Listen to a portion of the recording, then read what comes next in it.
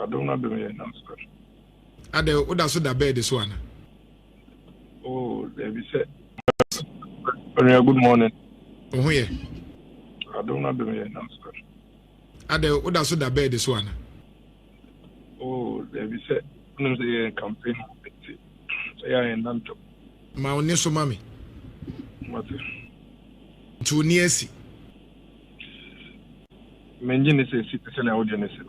Akasa na say. Mimininsi ye madwuma no no. Ah, nenya miso.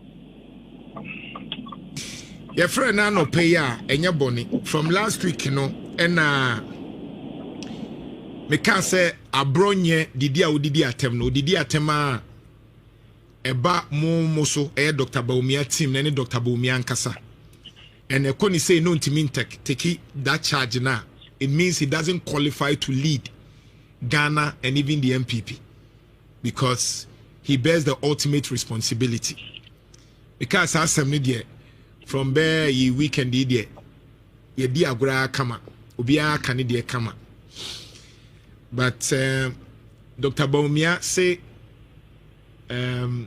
bechirechire nyoma bi mu enti wadaroma mafrew de me kai no mu problem ne de wo hin Oh, Koyo. Share with you for you know. I think so. Dr. Mahmoud Bawumia as a citizen no echinje bako a eni na mokra ne say obu emagana ni bia in spite of your social or economic class. And that's something that will be agitum. And he acknowledges say the media and also a very critical stakeholder in our governance in our democratic dispensation. And he acknowledges everybody's role in that space. And I believe, say, all of us also, including you, Kojo, you have a responsibility, say, will be discharged with duties under the category or what you wants to say over here as a media person. You discharge it creditably to advance our democracy, to advance our governance system. But you would not use that as a tool or as a weapon to maybe inadvertently, probably not intentional, run down other citizens, attack their credibility one way or the other. I believe, say, before Kwebeko into the issues, one of the things that we want to put on record is say, you have been completely unfair to Dr. Mahama Bawumia. Your commentary on him, your position on certain issues around him is beginning to come across as probably based with too much emotions. And I'm sure, say, you will take it in good faith, knowing you. And you know, we are individuals. We push our opinions forcefully, sometimes very aggressively. And so because of that persona that we have, I believe we are built to also take him when it comes to us. For example, say, who can say Abronye? That's a baby. Will be a term, maybe a nunti. Dr. Mahama Bawumia, because of that, Dr. Mahama Bawumia is not fit to be a leader. I think the logic, is completely flawed, and it's laced with emotions, and not necessarily based on deductions, rational analysis of the issue. And I explain to you why. Could you? Abronye Ghana ni yedikai. The tosumienu or ye penny complete adult. Ye tosumiensa or ye the ayenimu and they say, oh yeah, regional chairman of the New Patriotic Party. Why the regional chairman of the New Patriotic Party? Regional chairman of the New Patriotic Party, yeah, Ghanaian, oh yeah, MPP ni, na MPP agina tum say, utumi dina me yetu abamano, ewo region bimo. Inti abon ye eko conteste elections. The elections are contested, you know. Dr. Bawumia enka garantesa, omo guarantee ma abon ye no. Dr. Bawumia enka vetting committee a omo vete eclair abon ye no. Abon ye independently as an adult, as a Ghanaian, as a member of the MPP. Eko ne man for ewo Bono region. Ekse omo di intia senia otie bia no. Omo to abamano. No miti omonim our region and almost abamano. Remember our elections in a win. What it means is that the man for a twabamano no enim dum who more twabamano. Dr. Bawumia and Twabaho. Dr. Bawumia and Twaba our Bono region. And he could not have been a contributor to Abronye winning the election in the Bono region because a Abane Kaye and Abronye win here. Fast forward. Abronye, as a party member, at a platform, media platform to say, Akojo, they are the pay what to see a no one in a so you transfer everything come. And I would in Juma. And Abronye, a canism. In some be a wide identify, say, I'm Chay. A banner saying, and at Sabagandia media marine. Abon yeti ebono but Bawumia me no ka say e wo voter region abon ye Bono regional chairman but Bawumia nye a member of the Bono region MPP or ye a member of the MPP the constituency wo wale but or ye high level leader of the MPP but onye national executive member if any say onye how do we put it onye leader of the party There were leaders of the party. Your party in Penifo. There were more party in the show, Monsa. Menoka said, Dr. Mahmoud Bawumia Kasano. On a mobile pro, Oko party for Naiswa. Oko party leaders was almost say, almost to Abayading. Emano. Say, regional chairman be a DB. Ewo Yoku Wimu. That's the original chairman a year, you know. And 3 years. And yet, former vice president, and as a flag bearer aspirant, whether Bawumia, whether Agyapong, whether Brian Agyapong, whether Duchum, whether Kwabene Agyapong, and yes, sir, hopeful, so no, and actually, regional chairman, yeah, on yet, because remember, say, a kuno, yadem run a run kuno, you kunim brano, and Mawo. Flag bearer, and I say former flag bearer, and I say former vice president, to me over a regional chairman. At best, the Obayane say, Ebia Wokojo, minimo, na wake bibi na entry ye na mafafo na mafra say go you na dey we aka dey say nko yi o me ko abroche memu no bi ka say na wo ga na ni na oti ho e na radio station back on in FM presenter kojo o kan something no sika no e na nne nkasa no na yes na makika sansem na me say na Ghana ni na me fi Ghana ampa e no ye Ghana radio presenter. But the first time we figure Ghana and say me na me tell the one yet. The obetumi akyere kojo jantwa they are on air. The owners and the management of Insira. And me just because me Ghana ni na kojo nso ye Ghana ni. Because they are kojo ye no. Me egu me ho fi. Egu Ghana ni na ho fi nti. Me metumi akyere kojo ni. So me frɛ kojo na me ka kyerɛ na opa notie, opa ontie. But ye wo mo a eye o masudie a wo betumi atwe kodwa so. Ana wo just an profo no. Weja kwesitum. Weja management of Insida. And I would do any better miracles. Or no abakomo or say Monto Abamano. I can say yan to ma because Ukromu, who already presented beer, or Gumo mine hufi, and I own in Kasa. and our big say into Abama. Obekaya, there was a point in time, the general secretary of the party issued statement every fair. The original chairman are brought here to the disciplinary committee. Adentina, general secretary now can't Dr. Bawumia say on no issue we ma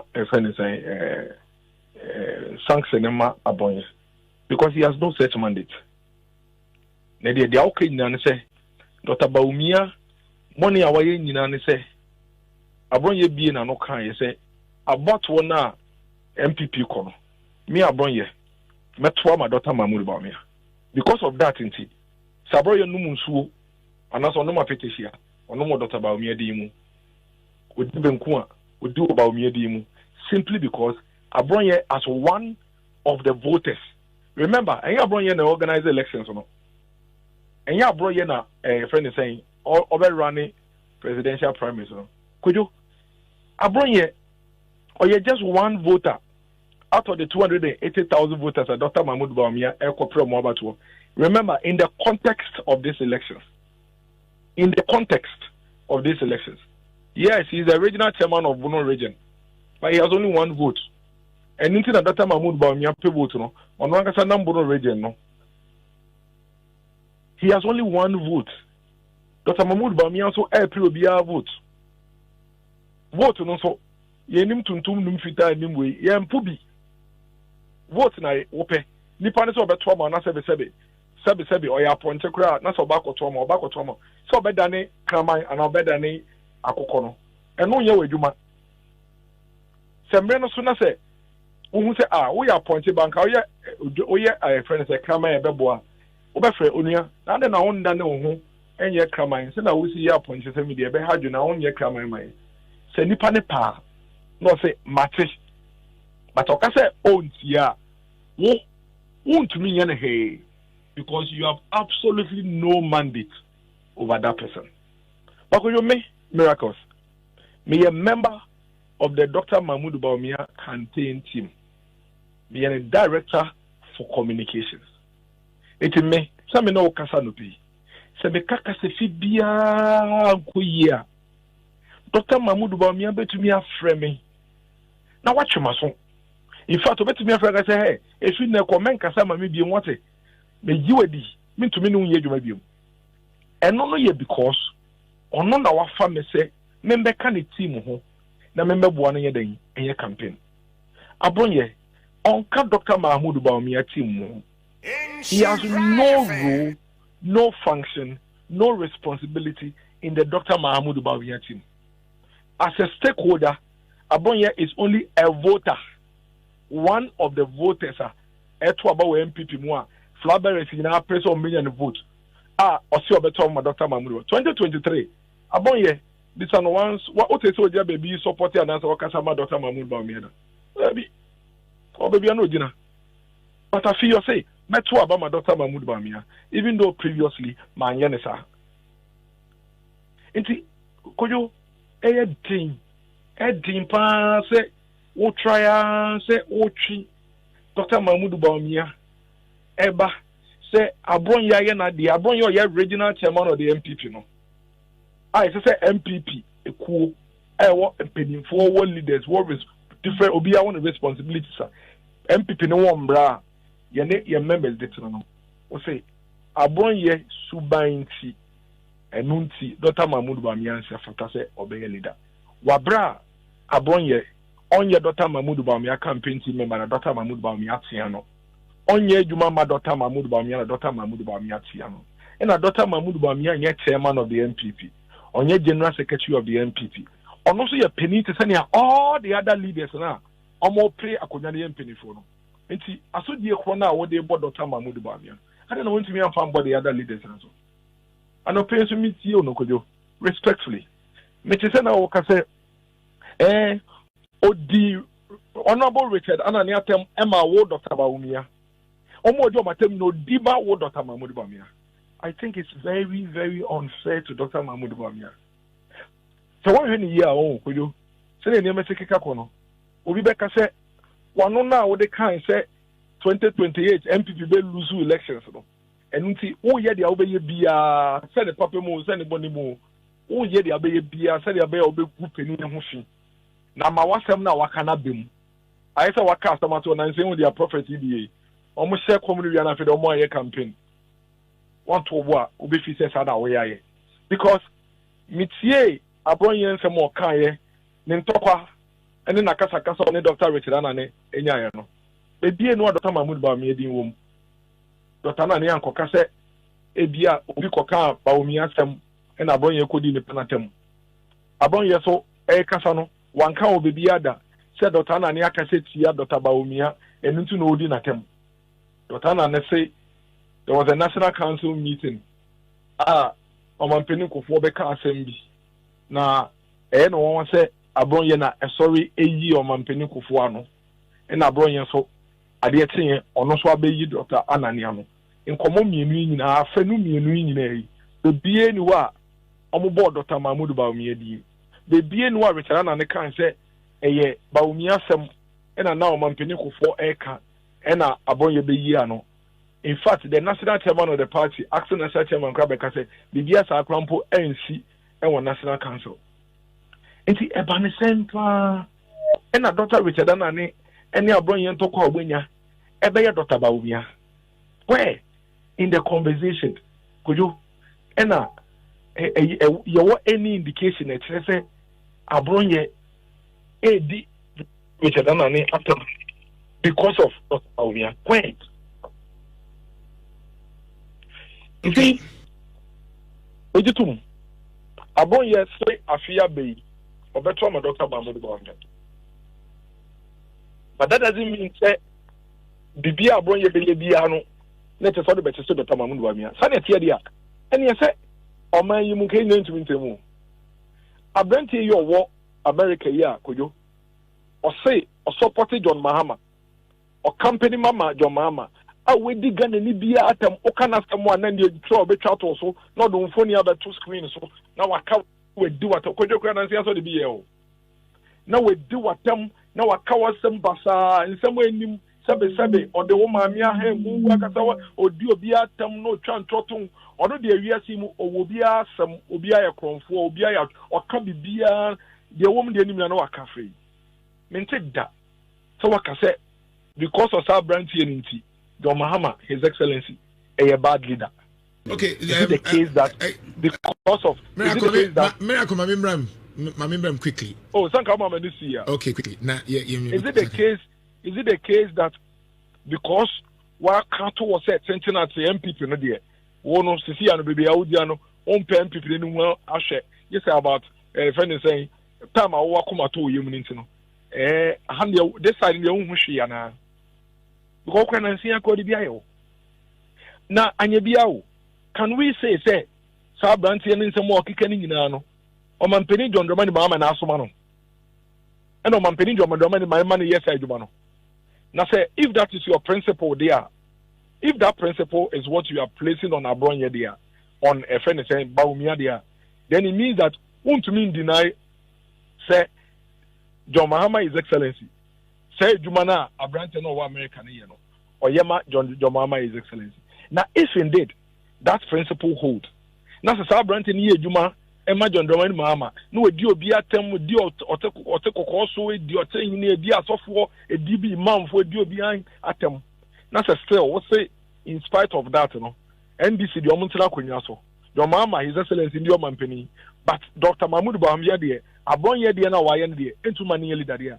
Could you now say it's easy for anybody to conclude to say as a said what some be any emotions be that when you're towards MPP no any Dr. Mahmoud Bawumia in Tina answer yes because the same stick, the same measure now would they ma abon Dr. Mahmoud Bawumia no I would expect and call it the same measure every man John Mahama His Excellency and then down for your America it is a would you say abon some more kicker. And someone for Dr. Mahmoud Bawumia, but Dr. Mahmoud Bawumia is in the trade. Now, Dr. Mahmoud Bawumia to me a good leader there. And your man Penny John Dramani Mahama, international MPP in Trabontino. Sabe could you to all right. Brad, we have 2 minutes now. So, number one, I acknowledge opinion and that is fair. I understand it. I'm not expecting you to understand me. It's okay. But let me state it on record. Say me on the issue of Kevin Taylor on many accounts on my platform. Odidi Matembe Brenyene. Maybe it was multimedia as management, and the catch him say I should not respond to Kevin Taylor. And on my platform, I've stated that Kevin Taylor, NDC, and John Mahama, and their supporting on many platforms. And later on, I'll share. So it is erroneous for people to think that I have never condemned Kevin Taylor, say, oh, did you be at him? Because I be me as Anthony. And I stated that Kevin Taylor, to create a tension between other tribes and Asante. Here, on this very platform, even around 2024, I've stated it. So it is never true, say, I've never condemned. The only reason why I don't talk about him is because management is say, and that's the point. The other thing, and they said, you think, say, Abronye responded to me, and he said, okay, say, Sabin, because some now, okay, Kakayena, Udidi, na Poatem, ni Bawumia Tebechin. This time around the day. Okay, be fab Dr. Bawumia, Miama Betnase. No, my kick can be actual. Are you saying, sir, if he is not a member of your party, which I agree, a campaign team, which I agree, anything that he says, ever Bawumia, projecting Bawumiano, any relevant now? First of all, my address for Kevin Taylor issue. So you see, the problem that everybody will have with you is that you cannot treat Kevin Taylor's issue simply. I mean, being to mean treaty Sabrantiano issue, simply on the basis of Makana Samuda, Mekaeda, and penny media into media. Me say, or no, name some more can attempt the deal dim penny for my way, mono. Abronye dia now, why now walk no, a home oha. It is a wofi say Abronye dia no. I have never endorsed him insulting anybody. So okay, Kate, Memoir Casabra. I am saying, sir. I'm just saying, I have never. I'm because saying, I record. Extended Abronye's accents to a third party. Because I have stated the second. Why haven't you extended that gentleman? I have done it on the platform recently. I'm responding. So why are you rooting for John Mahama to be a leader? I am not rooting for John Mahama. When he has a supporter who is insulting everybody, I am not sure. I'm not sure John Mahama will be on the ballot on 2028. I'm not sure. I'm not sure. John Mahama was on the ballot on 2024 when the gentleman was insulting our king, and yet you insisted, sir, MPP will lose and John Mahama will win. I said MPP will lose not based on Kevin Taylor. I said they will lose based on the economy. So let's separate it. I'm just using Minia. I'm just begging you that don't bring in Kevin Taylor to make analogy about me because I would because you are using a certain measure. That measure is contradictory to your position. How? The point is that there is a gentleman. Okay, so there are two people in this country. Two people. Bako, and I'm simply using on the face value. Bako. You say Odi Obiatem according to what in the name of Dr. Bawumia. What did he mean so much tempe? Me pacho yo. Ba konso Edi Obiatem we do so watem in the name of John Mahama. Yes. I will say the onudi Obiatem we see we do atem no in the name of Bawumia no. E son say we do atem ne we do Obiatem ti. Now also supporting Bawumia nti. Bawumia is a bad leader. But you are failing to also come and tell the same listeners to say the other gentleman now no sudi obi atem we di otu for atem edi wan kasa so watem no or supported John Mahama openly see or no John Mahama ba be no you have not been able to tell us that John Mahama is a bad leader. Okay, so okay, good. Okay, I agree the fact that we call him doubles. I agree, but I'm just saying, who is Kevin Taylor in NDC? He's a supporter of NDC. He brought NDC to power. Great. He opened his mouth to say it. Who is Abronya in MPP? He is a member of the MPP. He is a regional chairman of the party. Okay, so in Monamote politics as a chairman, when we talk about a regional chairman and against just a supporter, why Nanimudu in terms of political discussions? So you see, there's something called convenience in argument. Your convenience here is that Kevin Taylor and as a branch in America now can on your regional chairman into dear Tema Mahama cry. It doesn't make Mahama a bad leader. I have not said so. But I have not said so. Now then, say it's here.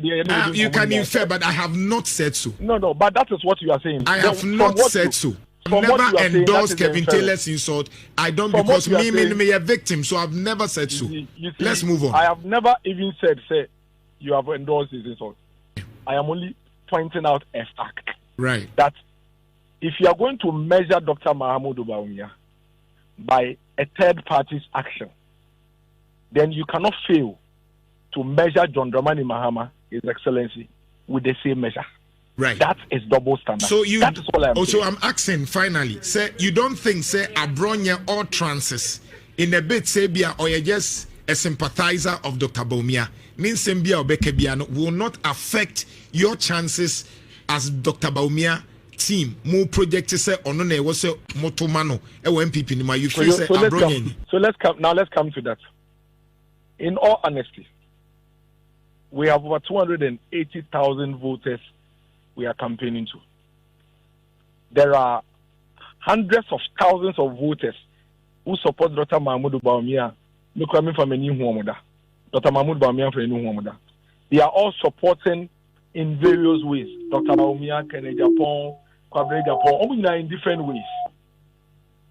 Their actions within their communities at all times could attract or deter a voter, whether Agyapong or Dr. Bawumia or whatever. However, it is completely unfair for you to come and say, because of a supporter's action, and I say a supporter's action is endorsed or supported or subtly validated by the candidate. That is what we are talking about here. Because you see, in all your commentary, there's a subtle position I would take. You say, Abronya the Oyeno, Dr. Mahama Bawumia to me calling no sword and so on. And I am telling you, say, Dr. Mahama Bawumia cannot call Abronya to order. Abronya, after all, I don't know supporting Bawumia. Bawumia supporting Abronya. It's Abronya bet to make a say, Bawumia crowd meant to Obama. And he said, Obi supporting Obi na nipa chrono can simbia ebe how party na untimin can't support and say, Madam Fujai. But hold on, Kweku Asante Boateng, MP na, Obeka and say, Dr. Mahama Bawumia, any Nkrofo as slaves. Omu ye slaves, omu outside, no Kasama, Agyapong. Man, to say, what I say, Agyapong is a bad leader because Kweku Asante Boateng, MP na Beka Sansemuno. Honorable Semi, Ekra microphone, Ejina Honorable Agyapong campaign, I say, Efre, Fulani for all manner of names.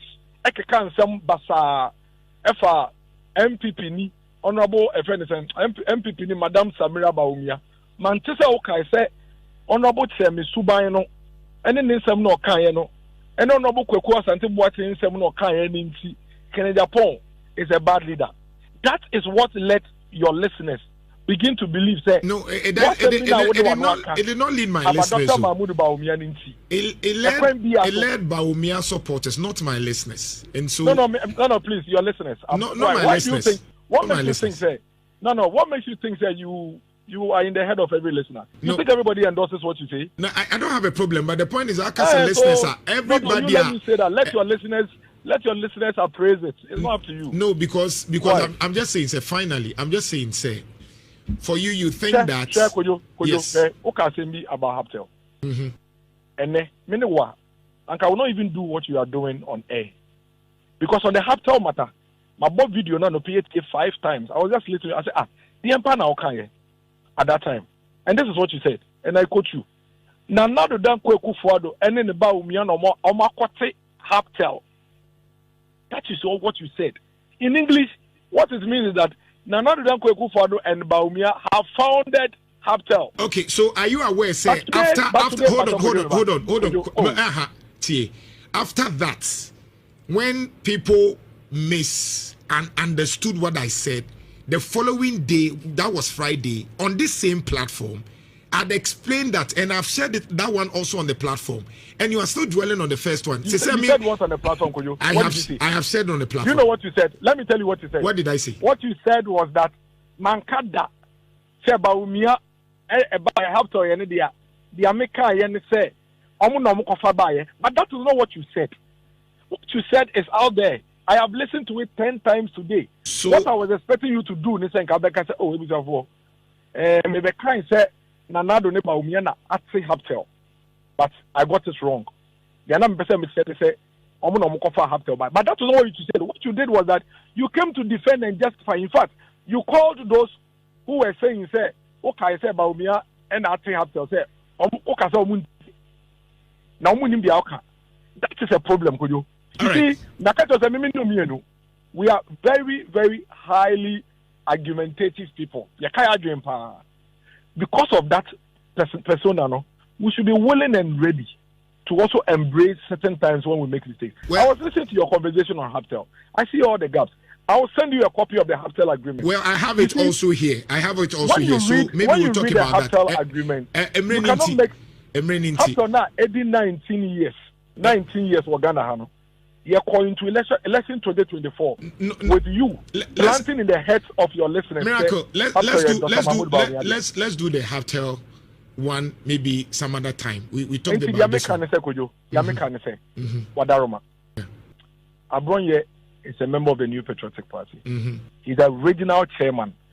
For that matter, Dr. Mahmoud Bawumia and need to make say one so. That's it. You bet me and say, Oceano Becca say, 1 minute the idea and you guys and boy.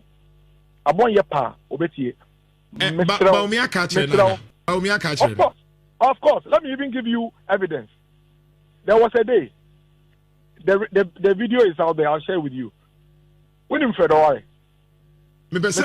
Specific Bawumia a catcher and say yes, Messi, of course. I've told you that. I've given you a specific answer already. Okay. I've given you a specific answer. Of course. Yes. Share mommy. Now mention Ochina because share that's the on any kind, if you have it. Bawumia ne abron ye kasa no video me say ma. What are you talking about? There's evidence. Me say there was even a time the chief of staff of Dr. Mahmoud Bawumia's office, Vice President office, Federal, F. Abronye.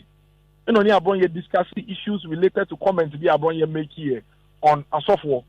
The next day, Abronye Betina TV so Ekatre Yen say Dr. Bawumia na Osuma Federal say on the member Casano. Almost a microphone a mommy. I'm not the better ha. Federal never tell me the amenye. All right. And he is right. Matty. And yet Federal in Dr. Mahmoud Bawumia the between me regional chairman do on the party. The general secretary and the chairman of the party, they have a responsibility and a mandate over the regional chairman. And you, Kwejo, you know this. So it is unfair. You need to apologize to Dr. Mahmoud Bawumia for the kind of names you have called him for acting by an adult. No problem. That doesn't work for him. But I still stand by what I said. I will not apologize. I will not apologize. Dennis, I will not apologize. Let's end it here, Dennis. Respectfully, I will not apologize. I still stand by it. Mama, as my brother, Mama, all the opportunity to explain your point, and I respect it. I will not apologize. I say that the Abronye baby will have an effect on Dr. Bawumia. If this is it, I will not apologize. This is what the people are thinking. If this is what you disagree, I respect it, Dennis. So let's end it here. I wish you good morning. Oh, yeah.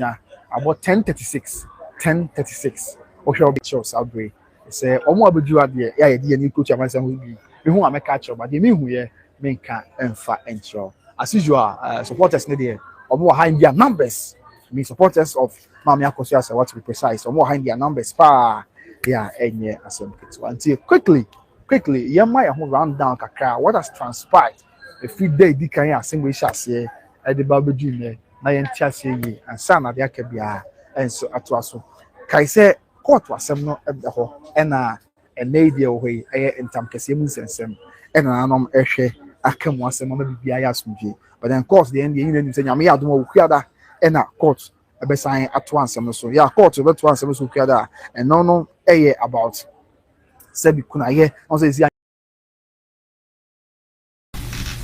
party for no mummie mani fi na munyi mosum oi na mumfa mani enipa bi achi wo party yeah radie. There are people in this party they have benefited so much so much and you munkwa o womo omo yerenom womo ma womo na nkanswa womo ba no ma womo side chicks enya party so for so say bam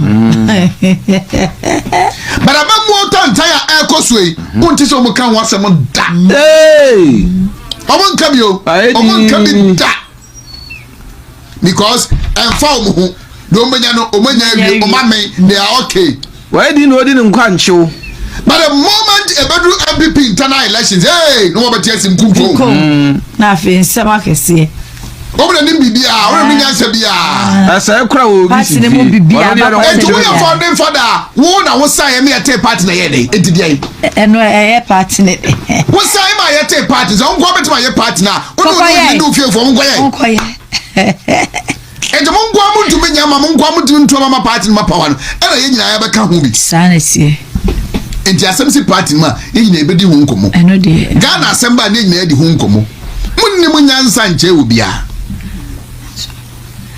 because mo beti bi o masumpa ye wie enne NDC fo nyina twa mo ho ye campaign ti Dr. Bawumia adintra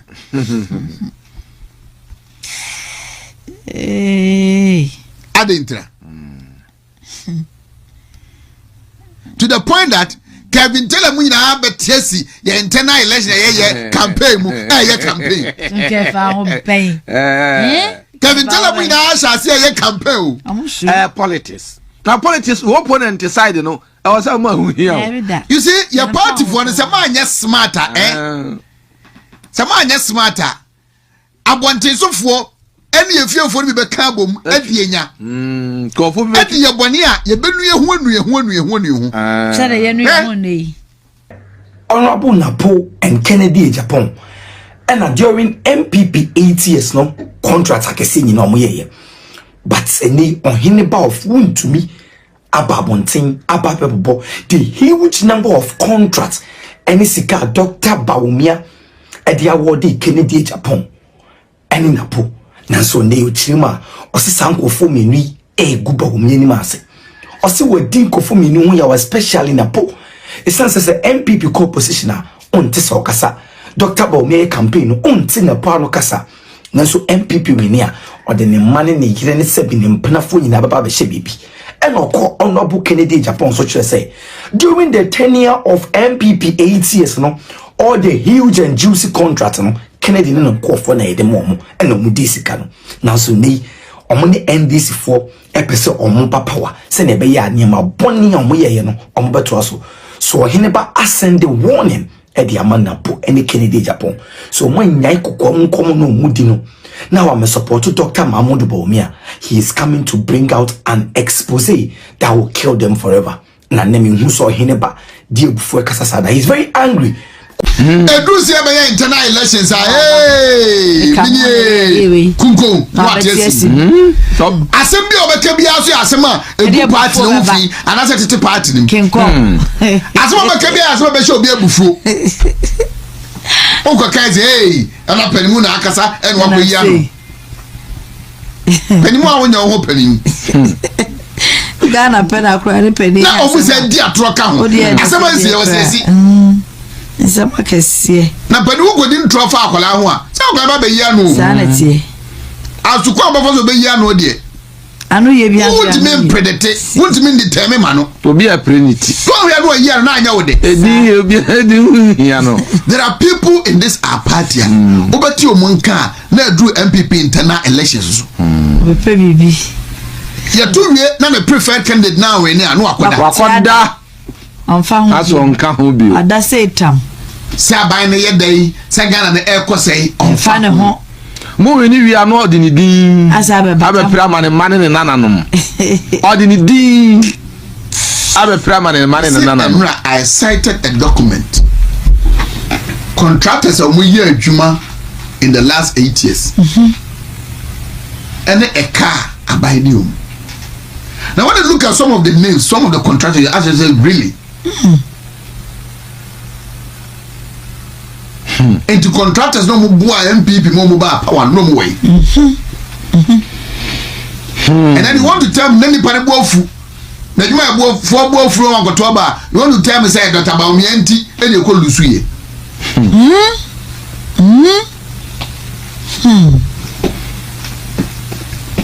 We see the public, you may say, Saman. Non NDC contractors. No NDC contractors. NPP nyakwaba po bi o tonton millions and millions and millions of Ghana cedis. Nyankwala sika.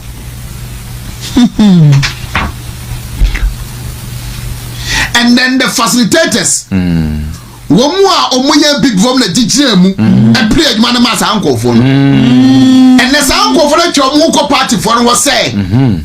Omo abamre di Agyapong. Me say, woman na down wo ko party for no ho. E fo no say. Womo adom abamre di Agyapong.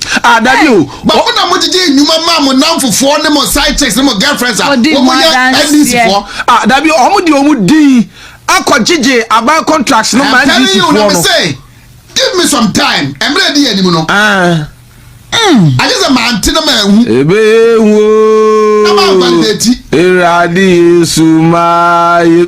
Why and I go for oil policy no? But did the NDC Sunyani East MP that lady no? A question man yebi. Why did the question?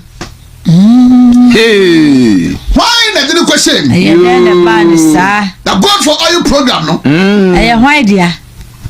That lady, our NDC Sunyani. Did you mean? Is it East or West? MP. That fine girl, beautiful girl. Through who? And I'm going for all the program. Hey, why the man in there? How much did she make? Hey, Magana and the MPP for so many years. Muria. Number the trouble was say. A form of one, and I did a jam. Now, Priman MPP. O Priman MPP niya, nkwenye bi ani. Hey, the percentage. Don't be saying the Diabroni for because we cannot live in a society that is full of hypocrites. Nyachum for. No, I say kwanka yedi tira ba. Nyachum for. O say ko huru nkofo bo. Akuma. And because omunim say from for no enim. Into oba no abese obufuo. No one insight o. I can say on authority. There were some ministers. There were some people in this party, some MPs, who were so privileged, even than the vice president. I can tell you this. Omuria no much omuho. Now when they come at the party for no, I want to boy a bomb and penny that Dr. Bawumia no. You know, omuya mystery. Because they think you might no be any contracts. Ye facilitate my call for. Call for me and this for. Because Ojimani near MPP near all to be in 10%. Debut. Nemo Munekabonte dia obeji. To be pushy like Abonte. Also, I so now so I hear me. Any we are a party for him say. And what did you jam? Catch a phone for say. What did you jam? Ah, Sani Pano, yes, sir. None of why did this know? Now, dear, than 1 year more. Why did this know? Ah, 1 year, dear, 1 year, dear. Mamma, yes, I don't mind, dear. Ah, nan kamunya di internasie. Come on, to cry. Say, Kurakuma. Who said Hurakuma? No paint on white. Baby will be nene.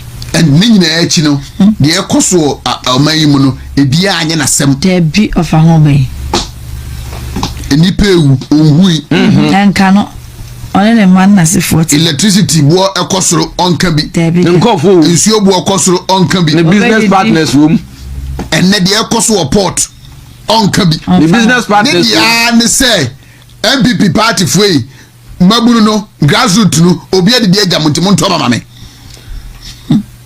omo ya amade na nkofo keka se omo heada say yanko position yenye party no ne ade no ne ya say and it is so sad so sad look at the energy and people be dey wura the internal elections in asa general election and you say den sojo Mahama ne ndisi amamuo mu a keni nka ne tubetwi keni and I saw Dr. Bawumia nkwa na ne ndisi fo anya ende obi akabia adwen election ho abane ye de na akoka kra bitimi be defend of course abro ni enne anti party for amokoto aba mumma mani enna ho fi wani mumma mani enna na nsem we da de MPP ni me pa o ye duru abato a mo beti bi o masum it sounds mo beti bi o masum pa ye wie enna NDC fo nyina twa mo ho ye campaign ti Dr. Bawumia adintra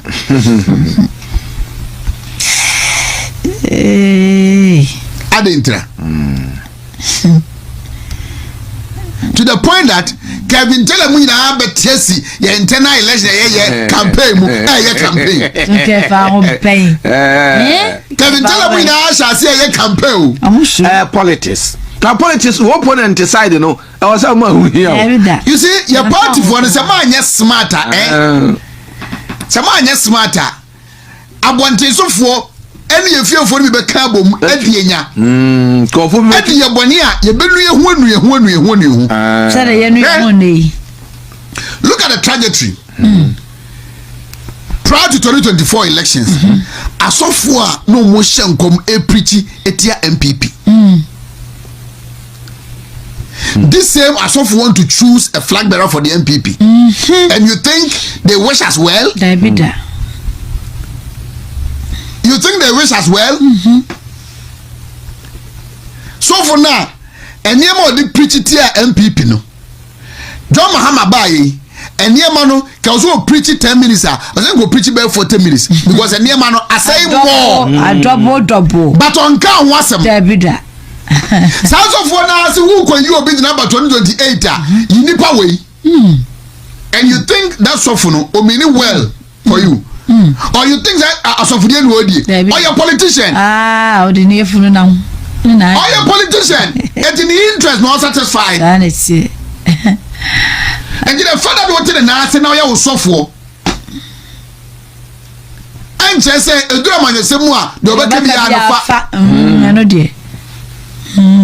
As of what you so as a near man when the cassette MPP. I was saying come come more. Editor and this abai. But omun kambi. Debida. Sani pana say o MPP ye ti mo election mo ko koko to ba mani pass mesi. Adaya oso asodaye. Adaya wonya yi kire. A prophecy. Awo no what ma validate you say indeed. A prophecy free Nyankopon one say free Nyankopon. Yes mo. Eya manyosem na oye. Ne dia na beba man this ni I wish MPP ni papa a better candidate that so for now that board so ne ba je appointment when your contract all you know I say won go to aba many power we no na MPP betima man MPP baba power na na djuma free nsa na the contract na free nsa na appointment na ne benya no every ne ba nsa that be onyesa. Is this common sense? Anye. Enti party for no. Yes. Party ne ba po ntuma nye bibia amfa amamo. Ndie ho. Mudi yawo. Mene mo ya adwene. Ndie ho. Ndie ho pa. Abufu ho. Mene mo ya adwene. Abu ho pa. nanso nyan pipi so a but the panum no so obi ani hu fo a obi ani hu fo obi di hu fo a eyom nya na di hu fo tano mu nyina wo mana o mu nyina wo and then one of the candidates test control your programmer o send a message class omra obeba se wan kono ho na official wan go invite mpo na send a message test messenger set test control program ewo institution A or B omra obeba can you not test control pesika kura the organizing programs enye sika o me ko ka asem we ama o bedi matema but go and ask our Tescon guys and ladies say any permanent appointment to national service wo kwai na fe no free honum institutions by I don't know per national service placement o mo bre pa o mo nya bi they will mention Ghana Gas, they will mention Bost, they will mention NPA. Why hono? I'm telling you. Hey, hono. Just conference me boa wo meka. The hono na do. Me say institutional not test conference per appointment. National service placement o mo bre pa. There was NPA. Ghana Gas. Kwa honi. Na hono no hamna na tete o. Today these people have turned back to you. Saying say obi edi Agyapong. Time na onya na so opeso obedi part enim no. How well did he or she think about you? And ne preko pass wa yosra bofo a on na dwene ho si obi a. And there are issues, yes.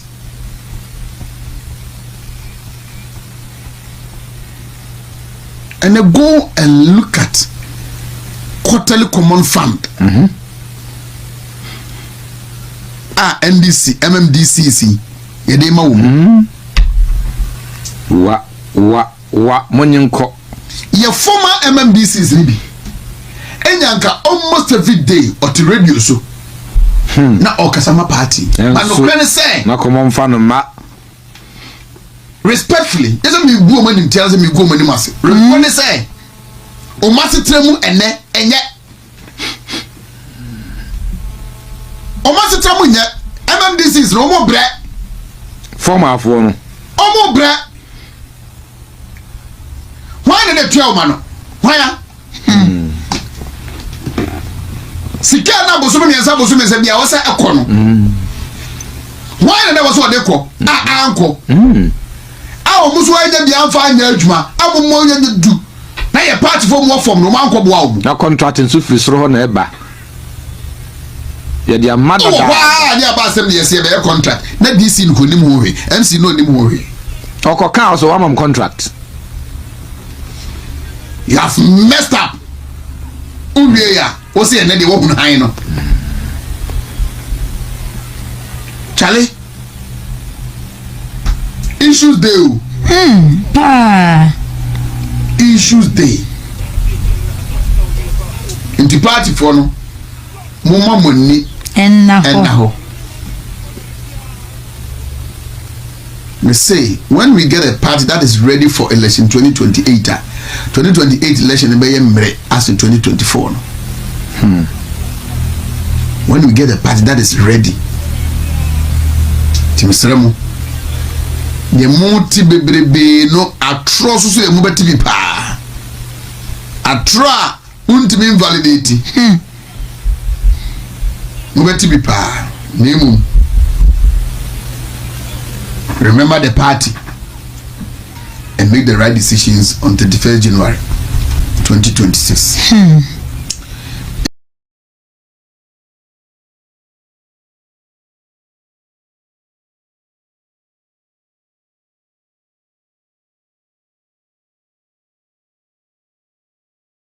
now they call, our family now they call.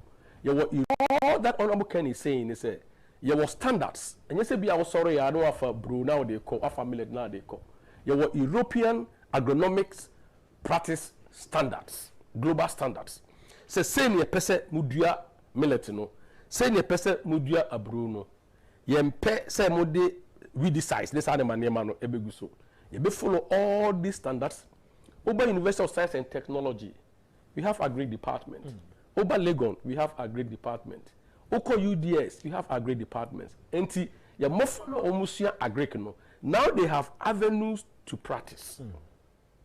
Agric beba be de because they say ko share Wellington boot abe twitwa form twe na efifire to twitwa sere na cotton si sabo na bon cotton but when we are thinking about combined harvesters ebe harvesting corn ebe harvesting millet ebe harvesting rice near bigger silos with warehouses. You see when Odomo Ken is dreaming on dreaming or see dream big or see I want doers thinkers a big dream that okay but yeah first car do you have money yeah already know na make catch them about for ya mountain say Odomo Ken and son of Bekasa no before onyame ka say let there be light no onyame nim light okay before onyame ka say plants mumra trees mumra no onyame nim trees in his imagination he called all these that we see around us into existence. Honorable, while lining up investors already way and Pukwa said ba na dream say or person running for this. Now when you go to Tumugab, general geography no Tumugab is over there. Tumugab. Not cotton. Who's a Ghana you cotton you yes, cotton board or whatever it is. What did you know? Tumugab the lands and only the geography and the climate in the Tumugab is so good for cotton. What did him come 2 years ago? And yes, the machines are the process the cotton into a material that be a palm and tardy yarns, yarns, yarns near the friend is saying fugu. And also money old slightly used machines. Honorable say no. I need new machines because this is Ghana that we are dealing with. This is my country. We are doing investment. It's about my people. It's about productivity, and therefore I need new machines.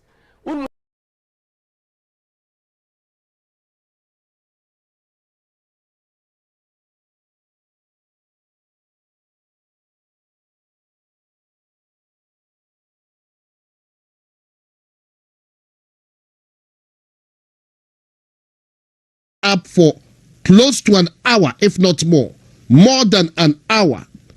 Digina Efa, a Chief Justice nominee, and a Paul Bafuboni. Neveteno. What is the outcome?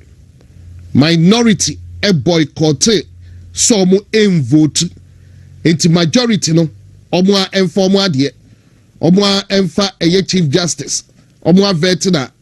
Omo enfa Chief Justice no omo de omo ensa enimubi said ye faru ehohoro de nsa ebra ye de Yesu ekọ sa pepepe no omo aye se we de lai omo ensa enimubi entiene majority no so ewie bibia pe omo ewie bibia avert eye Chief Justice as I speak omo avert no entiene eno ho ensem ewo. And some do na wo but and the men celebrate because you were in same pika e wo dwumadi so me babe interview eye Kitima Herbal Center me babe ye Kitima Herbal Center me be yom interview na ya ni Kitima Herbal Center for area me free we fidie no ene yewo interview kese bi ewo platform yi eso and then openia me ba be interview no Daddy Lumba o se empempem dobe ena empempem so etame empempem na dobe empempem na tame and then openia me no e ba be twetwen komoyi empempem dodo empempem so etano na enche Ojina Kunya right after Kitima Herbal Center. Na yeneno atwetwem komo. Opani Potokasem ibise or ye necessary evil. Or ye necessary evil. Mark Okrekumante over the weekend. Mete say Mark Okrekumante described as Balotelli. Football lovers, maybe in football, you would be just a Balotelli. NPP mo. Eti ya wakwaya ya did efaso. Eti ningina kuwiesa mpempem dono. Mpempem so etano. Oya regional chairman. Ewa region bem. Openi odo edo ya buno regional chairman of the NPP. Oya buno regional chairman of the NPP. Ebise oya controversial. Does he accept it? Does he accept it? Say oya controversial figure ana. But then you heard right. He is and remains the Buno regional chairman. Nansay, what in the one say oh? What in the one say dan say oh? Well, every owaha, you can't miss today's edition of the show. Why in American said right after Kitima Herbal Center, Openia Obetnase, Eye Kwame Bafo Abronye. Kwame Bafo Abronye. Wajina kunya dada. But not until Kitima Herbal Center. Yedi be yen komono. Obani mema wakwama. Yaga. Na hu ye de. Nyankopon adumu. Na juma mu ye. Nyankopon adumu bia ye kama. Yeda yamiase papa. Yeda yamiase. Opani Kitima Herbal Center. Boyen komo na wiye ye. Okay. Kitima Herbal Center de obia ti enka pe no hu say be kan infection wasem. Because Kitima Herbal Center na yetimede pada kese bia ba yaka kire Ghana ni wiase kese wiase nyina atu aguso hu say sa pada yi se onya bi na wo wiase pe emo bia wo nipa wo widiem bia no ekumwa ni nyina fio say infection emoa ana say HIV moa ana say syphilis ana say oxa ana say hepatitis B eyewa ana say kese yale bia me pataw moa de Kitima Herbal Center ena oba ubenya sa yale sa na firi ho na Kitima Herbal Center yenko ani aba so abeka kiro bia say Kitima Herbal Center sa yale kan yede wo eti e woni pa bi ho a yede na yede awo na mana ba wi ase o ye bema e pataw ne bema epie no Kitiwa bi ontimi fa nwura oba ho da waye na japade nyese obi oni bibia o nyansoso ne bema na epie Kitiwa bi na de ne bema nso ye kese kakraka no me pataw ono so de aye loan spend count do otimi de wo ba no so a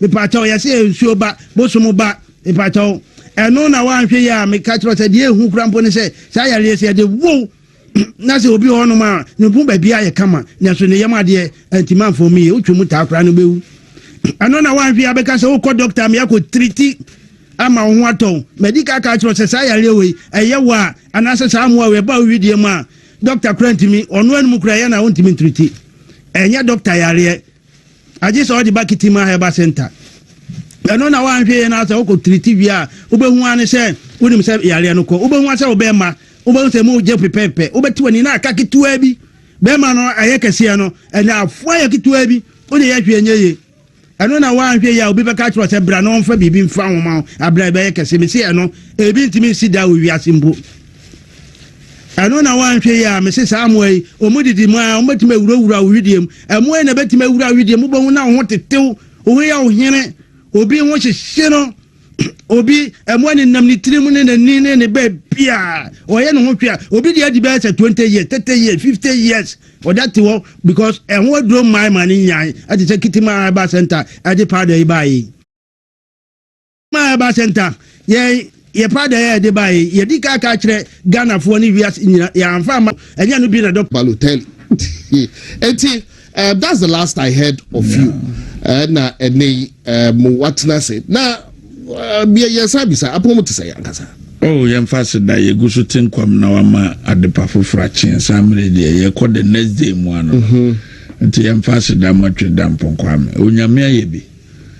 ɔhwɛ afei mu yɛgu so na mu saa na ahoɔden wɔ hɔ a nkyɛ sɛ trader mpɔnkwame no ɛbɔ ɛ ho ban wo nso mebaeɛ akyire na producer ka kyɛm sɛ okeke deɛ wobaa sɛ wɔnya sika no gas ne dɔɔso nam sɛ da nyame ase sɛ mahyɛ nkɔma no yɛdɛ aba mu nti yɛdɛ onyame te ase yɛda yame nso ase yɛda yame ase sɛ wontumi so na wei ɔho ahade sɛ wodim sɛ ɛnti sɛ ohia ahade sɛ wodim sɛ ɛnti sɛ ohia tv ɛnde obi a ha yɛ wontumi koraa de yɛnyɛ mmara ma me ahade sɛ wodim sɛ ɛnti sɛ ohia tv nam sɛ ha yɛnyɛ mmara ma me ɛti na nɛmbi sɛ woyɛ sɔfo ɛnam sɛ yɛnyɛ mmara ma me deɛ wo so wo mpa a wode yɛyɛ no sɛ wodim sɛ na ha yɛ wontumi yɛnyɛ mmara ma me mema wakɔ aba ne nyinaa mu no mema wakɔ aba na kwame ɛnɛ nkɔmmɔ wɔ hɔ nkɔmmɔ wɔ hɔ bɛka no ma sɛ si so the name Kwame Bafo Abronye yɛbɔ din no a na kyɛ sɛ asɛ ɛmu ayɛ hee ɛwɔ baabi a maka no several times mpempem dɔ mpempem town na wokora lumba wofili lumba yom no bi ɛmu deɛ wɔyɛ na ɛbɛyɛ wo favorite nɔkora paa no sɛ menyɛ fan of sports na menyɛ fan of nnwom to ba lumba in per se no yɛ madamfo yeah or madam papa tinenum na oboma MPP ma de winning. Oh yeah, that's your favorite. Yes, lumba ankasa de madam papa lumba yeah edi Kwame Bafo Abronye Kwame ade na wo ha adwene sei ada mo se me ha adwene na wo ade na wo ha adwene sei o na wo kan na se o mama so ye eno so ye tete se Kwame Bafo o tene se ha adwene dudu Tell say, Kwame, and the catch on say, Julius Malema now was South Africa, Bua Ghana, and Tom Fanasa. And today, the Bema was assistance, I remember to my head. Oh, so Beba cool, said your man for Pesawi, gentle, diplomatic, gentle, saying, gentle, says, a cat will be TTC, a cat will be near gentra, and I'll be more gentra. A Chilenium baby. Anti gentle necessary. Kwame who say a chroma first. So we are be at the onya gentle. Yet do mine to me shawonsa. Not our fat one bonnet so we boot man before fast or onya gentle. The gentle woman no more pay. As how come I too much? We see the pain too much. I say to baby, I will share the coat. Obi o she coat to assembly as a so can. Wako she. But so them say yellow crabby answer the echo. What no, ye de can you. Enya no kura bia no Kwame ye ka. Me say owura, wona won kan de wo wasema so bia ne na yi. Because me nya de so dem be kwa kwhye danum say asem we de miawa. Na me nim say nye na ma miama na dey forget it. All right, yan shase na ye koye dem. Kwame, me shase say because of Nancy dia e baye. We are regional chairman for Bruno. Right? Wona we are Bruno regional chairman. Na Mansane bia bebam some person establish we. Are you a member of a Bawumia campaign team? Oh, member says, men original chairman they me corporate campaign team ayere. Me original chairman. Make to my constituency bia kwa ye campaign. I use me position as a regional chairman. Na my ye campaign. But me attend campaign team. Oko hema Abronye dini. Netiane say, me original chairman. The party constitution na wo honom no. MPP constitution ba bia ni wa. E wo say, yaka no wom say. We are regional officer, we are constituency officer, we are polling station, we are electoral area, we are national officer. And koye campaign say MPP internal election dura en kodu obi campaign yen twere no ba bia. Obi say ya twere no ba bia, onfa mekere. Yan twere no ba bia enti meme ya regional chairman mo right to say me campaign na mo bia to me a regional chairman all right to say oba campaign say that as far as the regional chairman for di o machi okay honorable branch champion the regional chairman edi na chi ye campaign man ada na ndi amanfo nka ho anse mu humbo ne bia ho meboa but Abronye ne won't me the end of the issue. It's no baby. Says out as out here. Until no, let's go. Yanshas here, anybody Yanshas here. Oh, send me a new bina, but so wow. Oh, any of my quaba. Major so now what poem to say? And they are quatra. What poem ya oh. Aha. Yanshas here, Yanshas here, a war, Bawumia, a dear NDC lion. Oh, and Nancy. Bawumia air quapri, why establish Bawumia air quapri. Na utuno se nense bi okokai se NDC fo na esuro no NDC fo suro no ono Bawumia enti obo be ya so obo be skill ni yema bi na che so mo ase di din as compared to a year the other yan can say flag and as obo air contested together with him.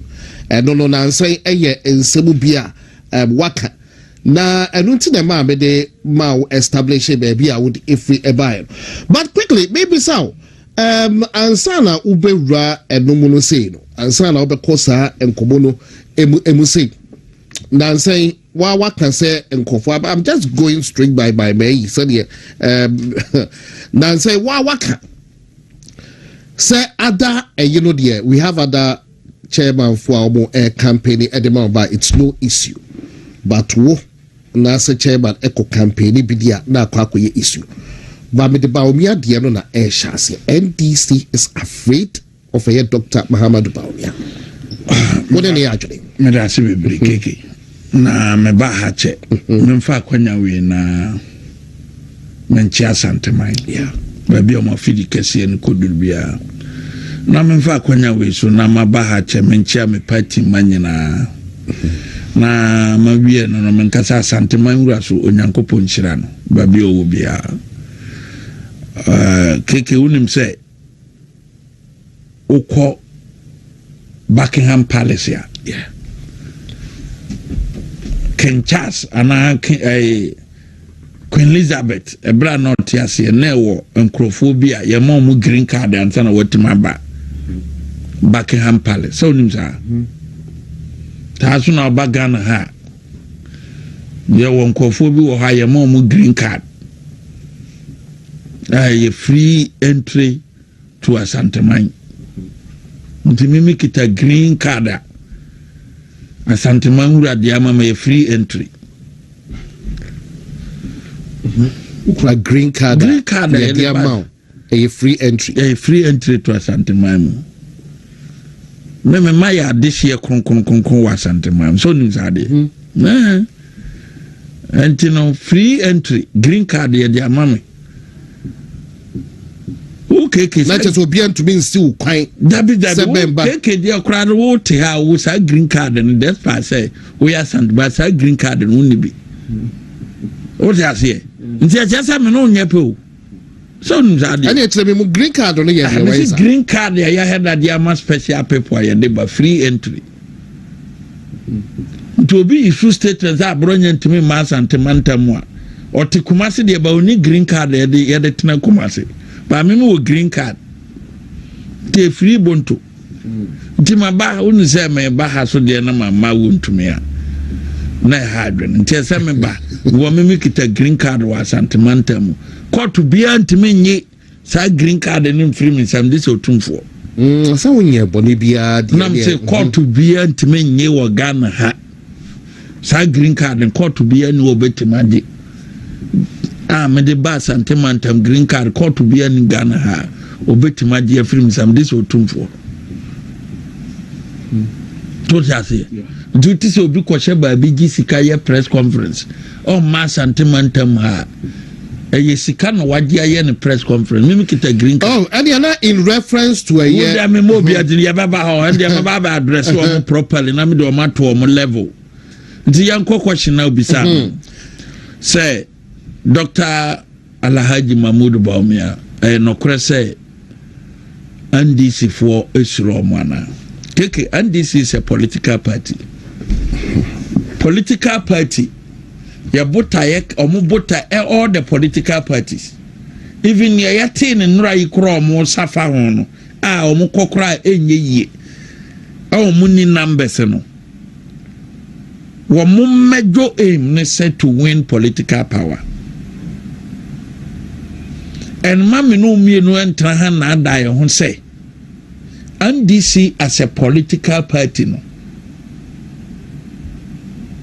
Sɛ wuyi MP a ayi MPP a yɛ traditional kyɛ ɛne CPP a PNC deɛ sɛ akyire na Dr. Liman no Hila Liman do ɔmo ba wɔ ni aba. Ba pe political parties wɔ Ghana ha ɛwɔ mu tradition akyɛ the New Patriotic Party and CPP. But upe political parties what tasty power from military rule in a democratic governance here the NDC. Tonum sade what tasty power the free military the democratic process mo the National Democratic Congress. Nti a political party said the MPP a major aim to win political power no sana NDC sotie but NDC is smart adie bia ebeto NDC bia wo elections mu no omo nto nkone so mudi nkunim ewo abatoɔ mu a omo nto saa de no nto no mudi nkukuo eso wo abatoɔ mu a omo mfa ni agoro ne di kan election 2028 me kan wa fidi kasi so NDC aye omo research awie ahun ba bi omo gina NDC nyese yes man krofo ma omo akọ say ni yo ye kọ constituency we akọ bisa o party no regional chairman national executive founding fathers council of elders ye chia wo mu sia ye no we must take a decision say election 2028 or mobile bekono enye easy for the NDC unu nyentia o ma hu say ewuo kase do manim abatuo mu wuo enye nipa wuo ewuo kase in the sense that wo matwe wo ma adwene akọmachi ewo abatuo mu abakosem Ghana ha leader odo omo free military eba ye betna so different 1992 ebesi the year 2000 otwa na mrewie ya okono Flight Lieutenant Jerry John Rawlings ebra o serve wie ye no constitution na yire no na oye no ho hwe enyere enye yie nti na se NDC a copy new candidate ba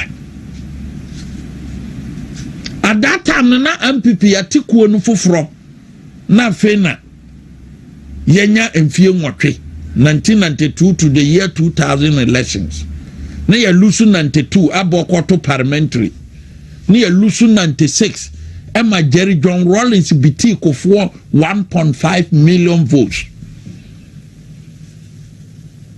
Nkrana omuti social media omu ye na say no. They don't know that history.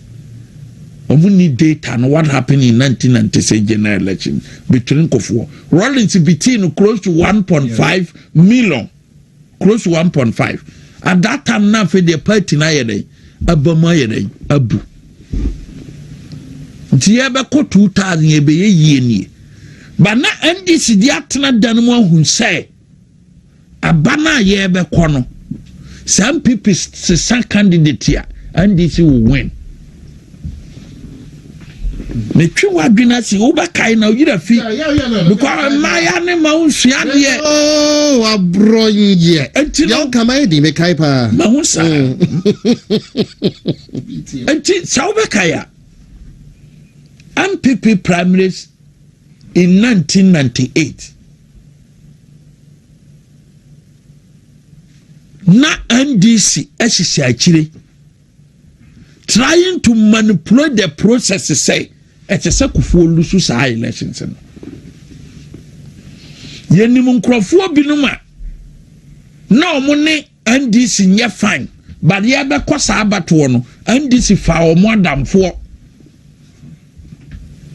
se be ya sa nkrofo no mom weni a ebebo omo ni nti omo adopt sa strategy no NDC in 1998 no mom pese Kufuor be winning MPP primaries because womo twa NDC no mu a womo marketing candidate bia womo fa candidate bia nkwa abato because Rollins ekọ nti so womo ye mistake pe asema to womo nti Kufuor de yempe nanim ayere ahwe niente na mo pe new candidate ni say womo so the new candidate beba nti say MPP so the new candidate ba me no nyina gina the same scale Ghana fo nim wo men so Ghana fo nyeren enim na kyese ababa ye say ye pem ko dia when what advantage the one in government munim no do your own research. Ewo wiase abatuo nyina. Baby a two candidate behia. Omu ye new candidate for the two major political parties no. Omu ye new candidate to the two major political party no. Incumbent government no win. Incumbent said as the yedimu another ye familiar very familiar. Yes, omu de abane so na mo di new candidate eko. Yeah. Nti say baby ebekwa abatuo bia asi sa political parties ni mienu the new candidate na eba political party a oteso at that time no e advantage over wow the new candidate your opposition because your market no dada ana that be so your friend say incumbency advantage okay and it's well known. Yes, but so coming now kokowia and this no money old candidate into no more percent MPP the new candidate but in the year 2000 until omo prayer nye ye MPP delegates at the time APA no mo say no we made a mistake changing Aduboahin na adwene bata kire ni say yes, son Aduboahin ye benya power 96 but we lost. And your son is a candidate going into 2000 elections in India. And we besana lusu. Until delegates in constituency for nyina omuko siaye. E wo sunyan Christ the community derby. The 1995 presidential prime minister MPP yes san Aduboahin it was a mistake. So this time round yen san Kufuor. Ya de Kufuor no beko. Nti omo to aba no Kufuor won. Yeah. I didn't come for the second time. And this is Ukoyi a Professor Mens. And now on call presidential elections da. And the year Baba call run off na 43-48. Unim nienti anakufuor ya ahead of Atames. Nienti a year ko 2000 na Kufuor ye head of Atames and say one Ghana ababia ye beto bia na sympathy vote aye de ewom.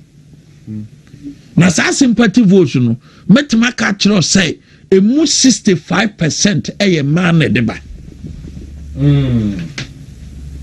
E ma wo sa humobro no. Oh papa ina said the part wa kobio na wanya na oba biem no onya ne ye frɛ no sympathy vote. Oh papa idia na no wanya ye me ya pa o afi we dia meto ama no eno ne ye ka no say sympathy vote no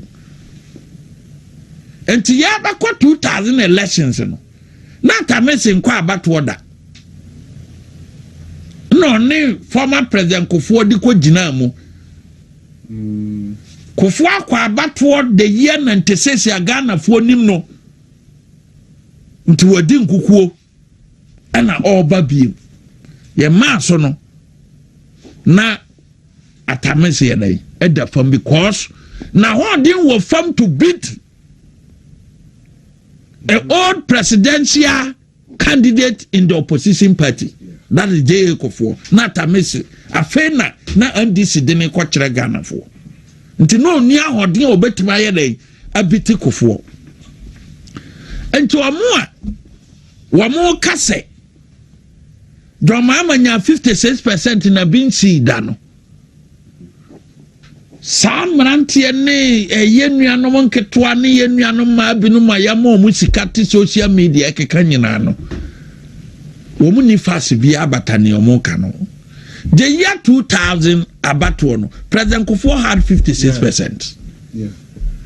Nti ma obi a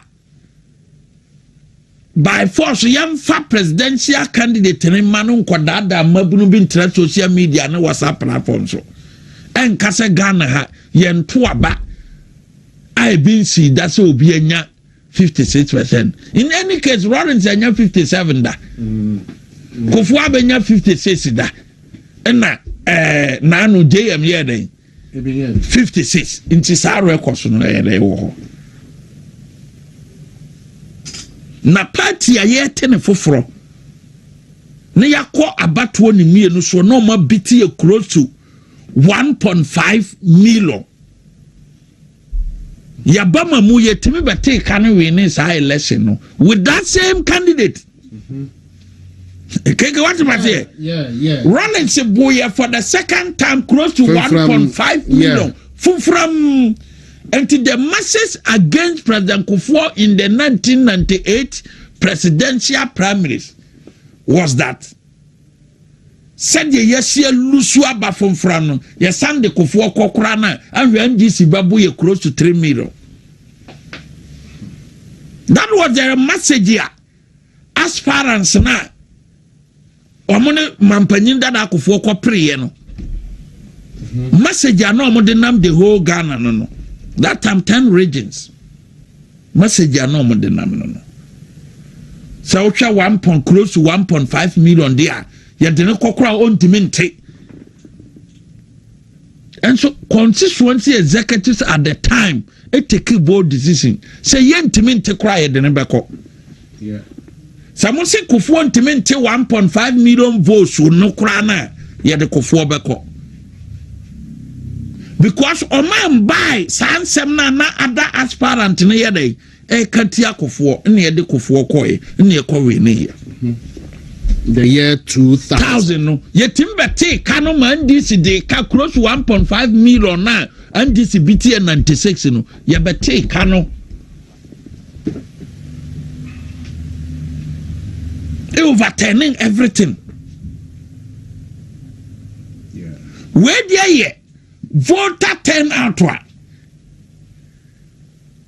a year over 85% and no mobility yes I know. Yes, apathy. I don't know question Bruni friend apathy.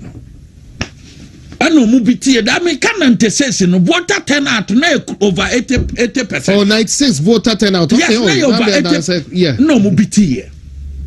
But the repeated former President Kufuor no but the same candidate. MNDC Edeka. And nay NDC atnasia who say adhere to almost 25 years ago no. Abako semu babe repeat ne ho 2028. NDC ni bia ni wa keke wo de ne hyedanum ka kire ne say mo pe Bawumia 2028 ya. Omo ye happy because no candidate omo nam sisi ya no and ye known than Dr. Alhaji Mahmoud Bawumia no boa ka me boa sa omo ayo mu push ne say oh buy kwa ya bono femfram map say ya bono poto ti mo sa de no ba aye kasa hunu ya be sa bodo aye kasa hunu MPP ya kan bi kire ndisi eye kasa wo kra wo TV say MPP ye winning power we ye no ye di dwa ye no de 27 hunu sanum dwa wo kra keke wo kan bi oh I know there ada ye winning 2016 a wo kwatena akire ha ya wo gigi sisui one kata this power de omo mother yeah because I don't know the it was the reality and to scare them to put the fear of God let me tell you almost see you Bawumia wa kwa ba eye obi atechena ba force yemfa frabera ne ma no na se Bawumia nya 38 meboa but electoral commission no na polling station for me MPP polling station for uni nenta meji wo mude no woman kan tell say ma megina ba and me no mo ya adwene die wanya bia na wodi ko campaign ye posters no be chia wo mo no mo nye so sisi omo gentia and measure omo kran so bia obaba omo ho bia na omo nye nchia no bi me no omo ya adwene omo kan tiro se dabi ana oba kan tiro se ti owu wo bibi wodi kanan nan so TV so ye sikani na wate se sikani ba besra me na wakatem se mamma ana abato no kra anko na oba me ntoma no delegate ana be yesa odi abraba kan wasem nako aba wo mu wo ho experience pa ntu da ba kan wasem nako yesi yewura Bawumia nya 41% wanya de meboa keke in your own candid opinion a certain president the current president no the sitting president in his government, that is part 1 2013 JM part 1 mechanic JM part 1 no sitting president and no call 2016 abato and no 44% remember sitting president a general election and 44%. Vice president oya presidential candidate eko abatuo enya 41% ya wo ye teacher ni na se sisa ankofo no mienu bo ma ba so ahwa na obo na ba so sanya dia oya vice president o metina akonya no so da no ontina akonya no so da ontina akonya no ana we dia no ye mampanyini ana opie ye na okwa abatuo ochini Ghana nyina ana omma no 44% ana odiko okutna tumi kitano ana ye man 44% ana ye wa vice president no abaye political party bi presidential candidate wakwa abato anya 41% one ne ye president onya 44 no omienu pa no si yesi Ghana for transmit ahwana abakaza wa ya and yes vice president no ye vice president or saba because on the time was had be can limited and no the truth be told until president nya 44 na vice nya 41% why na ya too close to score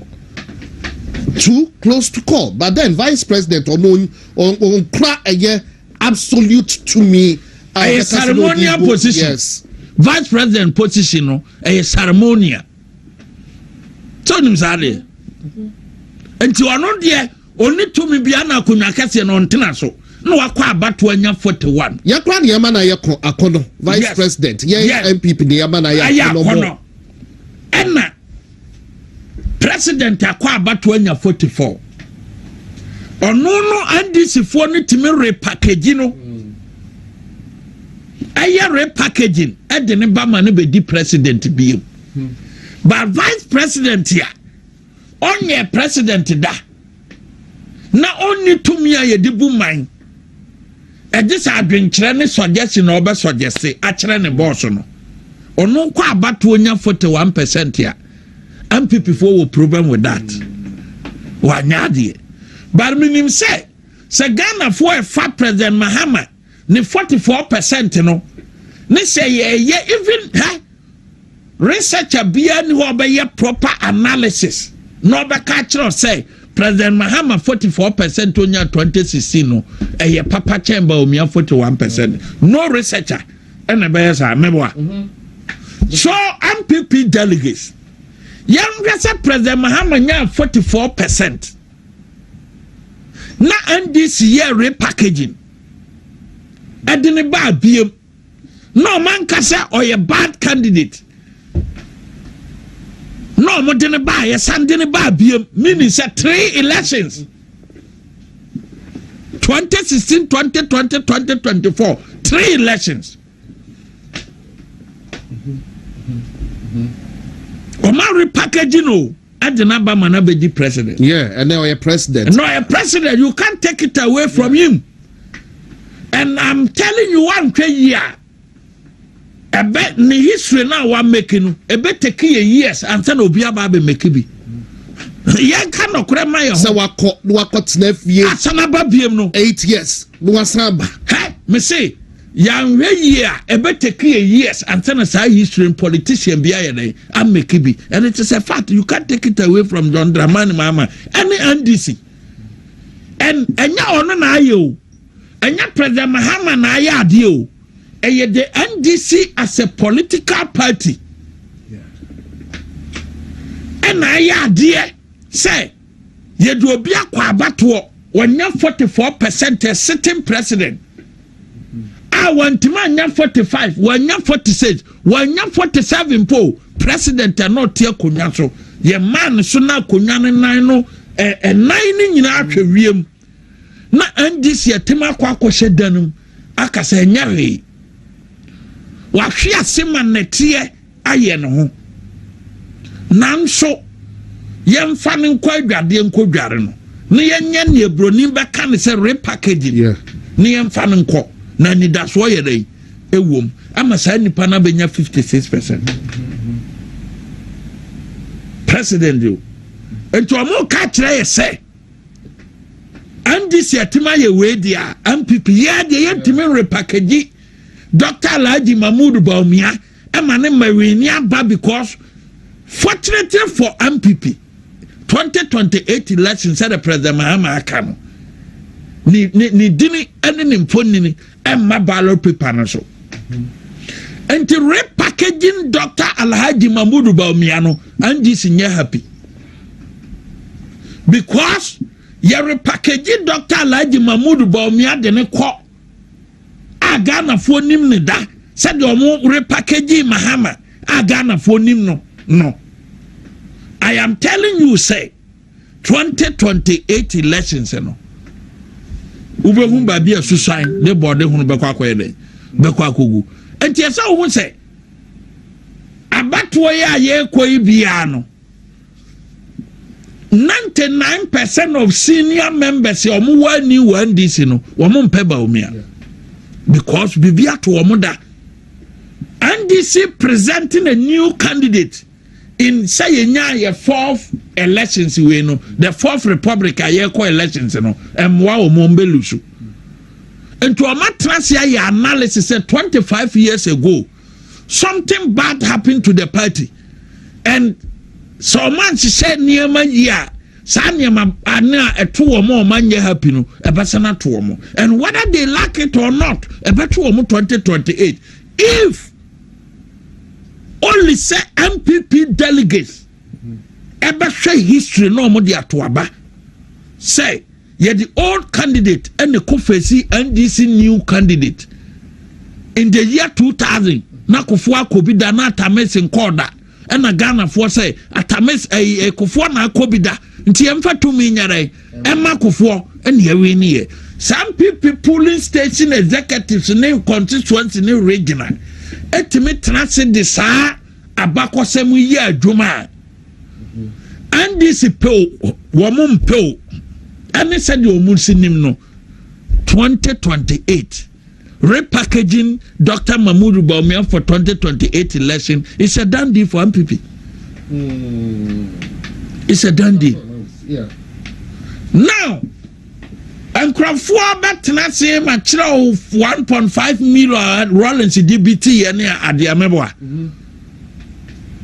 The issue of say your politics ya or Ghana and your papa. This week, I think Monday or so, any week, last week, and any week. New York City PA Mukwa Kotwabano. Mayor, our Muyino Fufro. Now, New York City, how the place is populated. As soon as Ghana, remember, New York City. Yeah, many. The next word the cry of Fraha Ghana. Any pay gumno, any population, yeah, menomo. Mebwa. And nipa 50 million to 60 million and a 2 about New York City. no mo pe mayor ne che se kuro te se Ghana ha nyina no be Ghana times 6 ana o mahia na o mo pe mayor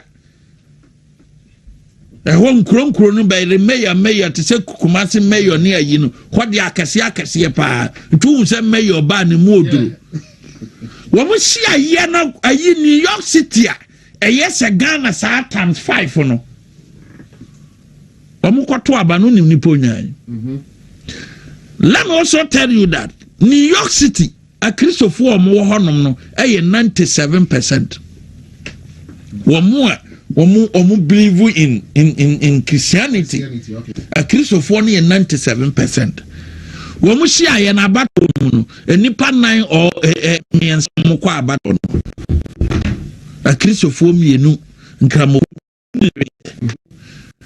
nipa we ne ye no kramoni Kwame Mabdani city yes and then Kramonia Brantia 34 years and omuko ya so mo ba ne nyina no enye presby obi ko enye Methodist obi yere enye no nti ene yekoto aba na mom ye hwase we dia yetim ye dini gina ho a yetim hu say obetima move New York City to a different level nti ye mfa na mra ene omodena ba na omato aba ye ne amano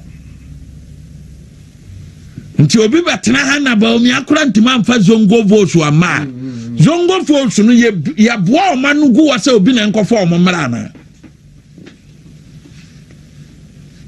Mibisa question. Zongo votes for no person say Zongo votes for the MPP Juma dia and it's the responsibility. Wamo ke kasa ne nyina no.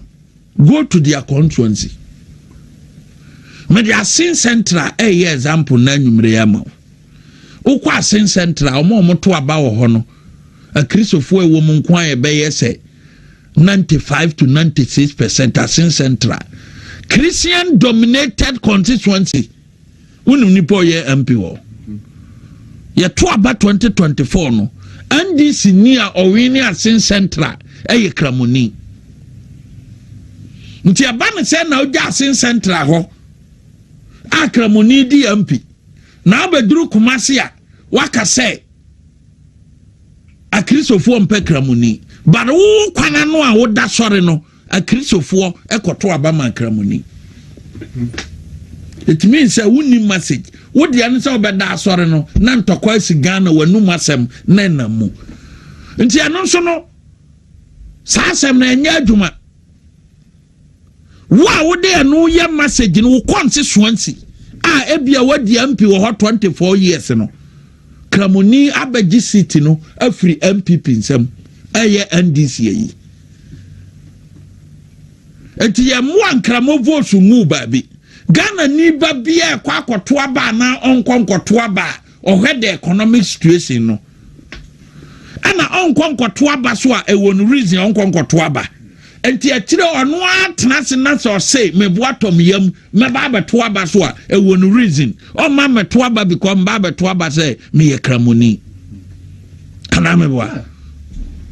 So I think various research no so anchre various research part na aye on this ento mo kana nkasa na research work omunye bi da because akwa university na obewia and aye research work ni ahweso do certificate aye dey ama but omo a ni ode sa religious ayi no ni campaign message ni yemisa se ne first degree or yeah certificate no wa here or yeah research work here and nam so my award certificate in a man because wonye any research work bi ada I nam so I do certificate ya dey ama wo but there is a part no crowd research work omo here no and enum University of Ghana Germany Conrad and so many research ahodo be sensia religious ayi nya dey emam nti propaganda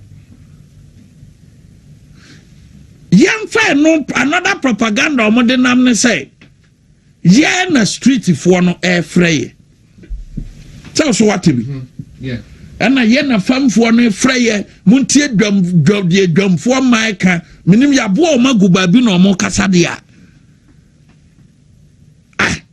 so omo kasa no ma bi se omo santi no omo se de ba asema wo no see full soldiers in the street for no air show meboa yate ba wo constituency there full soldiers for ni ho street for ni ho nti o man hwehwe MPP masiti ni ya lusu enti wo so ya popular eyeda wo ya popular na wo constituency a wo free MPP lusu city eno na ese polling station for no free ase bisa you are popular una uka sa popularity je wa na wato menso matima so re menso abronya me wo ho ana me boa menso me ya popular but wa wo ka se wo ya popular no eyeda wo ya popular na wo constituency popularity ne anya adwuma mfamma MPP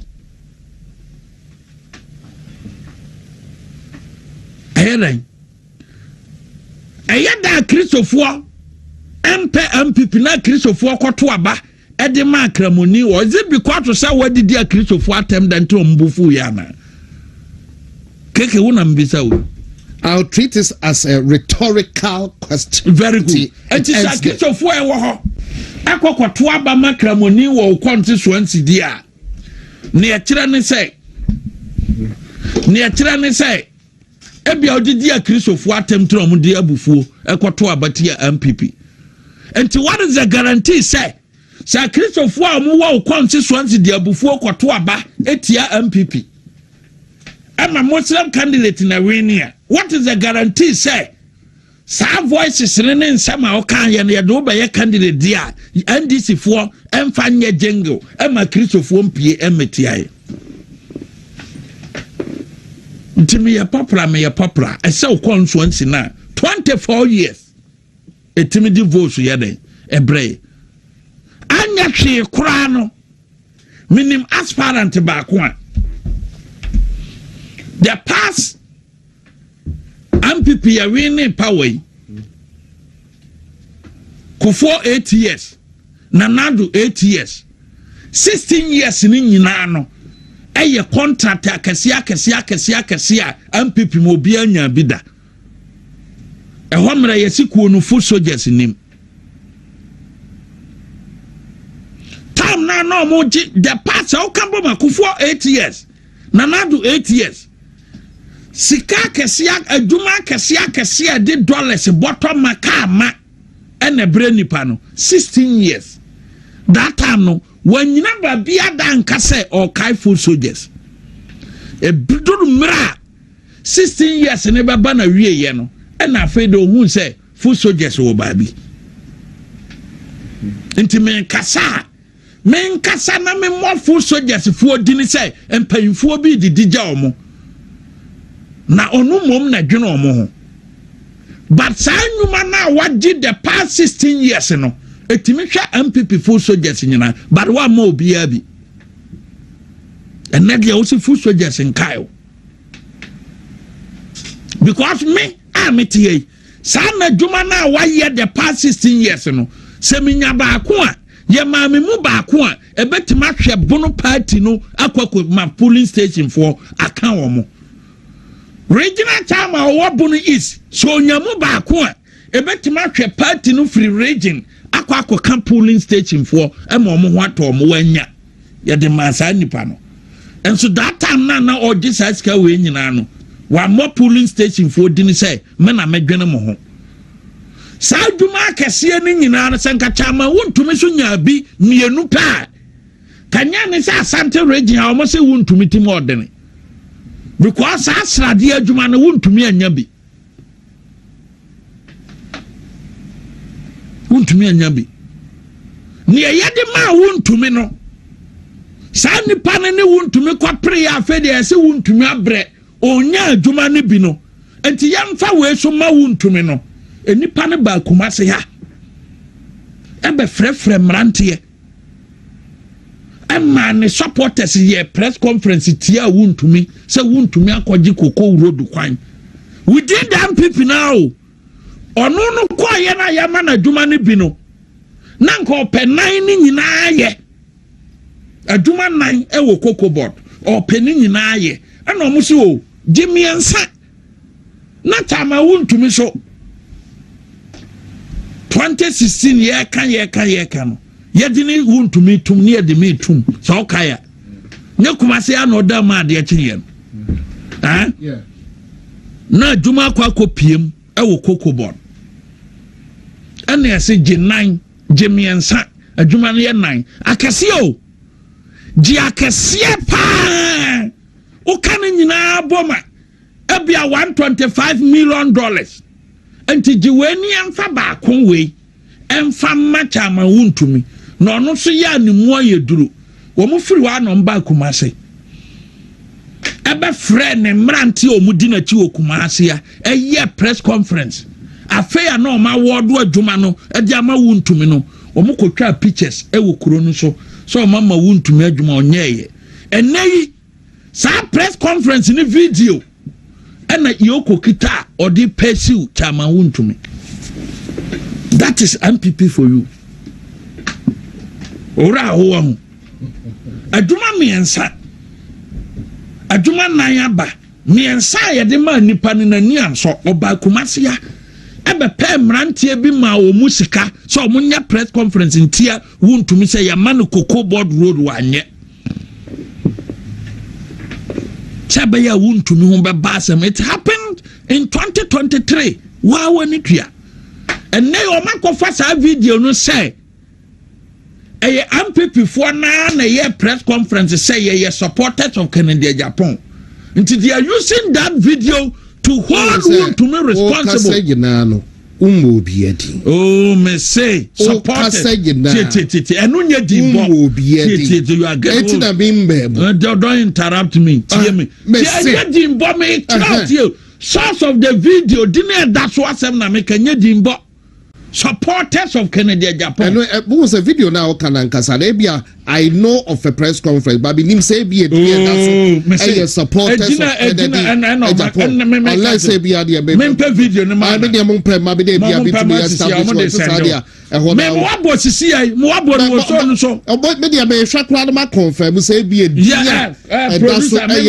Supporters of Kennedy Agyapong. Nasa what is Chromas unim near an original coordinator and to be who the picture. Just all the picture so not say no so no won't find your jumandia. Why was a man? And time I want to me a program on him sa some make country and no correct. Into a Monday man that's so who maybe who the other number wouldn't the other side the soon more money into a the video no bound say be a sad actual because I me catch a supporters at tea. Any padria until nipa we met say anyway. Supporters shouldn't be names. Oh, supporters, they be a would be so your supporters there, but they crowd or be to be a flow. Okay, tell me a walk supporters as Omwe dinner until Mamu dinner. I don't know I may establish a hold. That time na man for dia doko dia kesia big projects in Inyanano.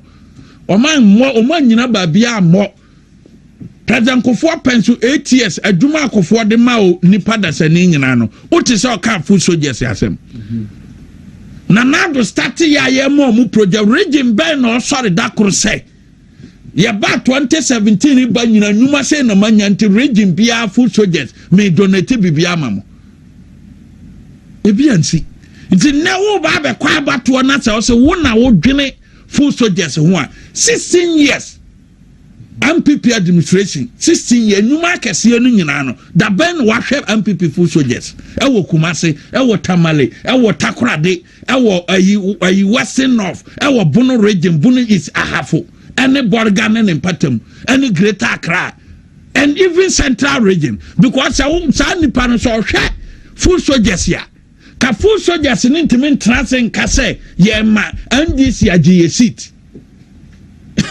what am I say so we full soldiers ya mpasa we full soldiers ya nipa na MPP na man adwuma man ye na true adwuma no de abebo ye da akoto abatia nti sa we full soldiers ya mpa eba ne say na constituency enam so ma okoji nnuma na enye kromafo de no mu pie kwato abatia MPP nti sa asem so yenyere yemfa nto baabi na mom economic ideas Masa do cry say Dr. Bawumia economic you know crowd our title the one say or yeah economic messiah no. That is why you are Dr. Mahmoud Bawumia. Wonu meni ahwefo nyina nim say Ghana ye ntoaba man vice president. A suggestion ne keka ho. Mimi nim kura ne minim Bawumia policy a afiwe agi dini power ndisi aban mu emu mane na ukai policy ben na MPP free so ndisi baye agi dini a wo maka ho asem wo international community wo and there's some more than readily near more yegu hodom de near me say policy be mienu bi eno de ndisi aban baye agi dini pa one the domestic gold purchase program. Okay. The Bank of Ghana governor Nancy say no London. No, yeah. No. Or say adia ama Ghana. Say yes economy ni ye papa nyina no. A domestic gold purchase program na Ghana ye introduce ye na. Hwan adia. Dr. Mahama Bawumia. No me na me wo koforudua. Me nyesa yes o. Me timbi.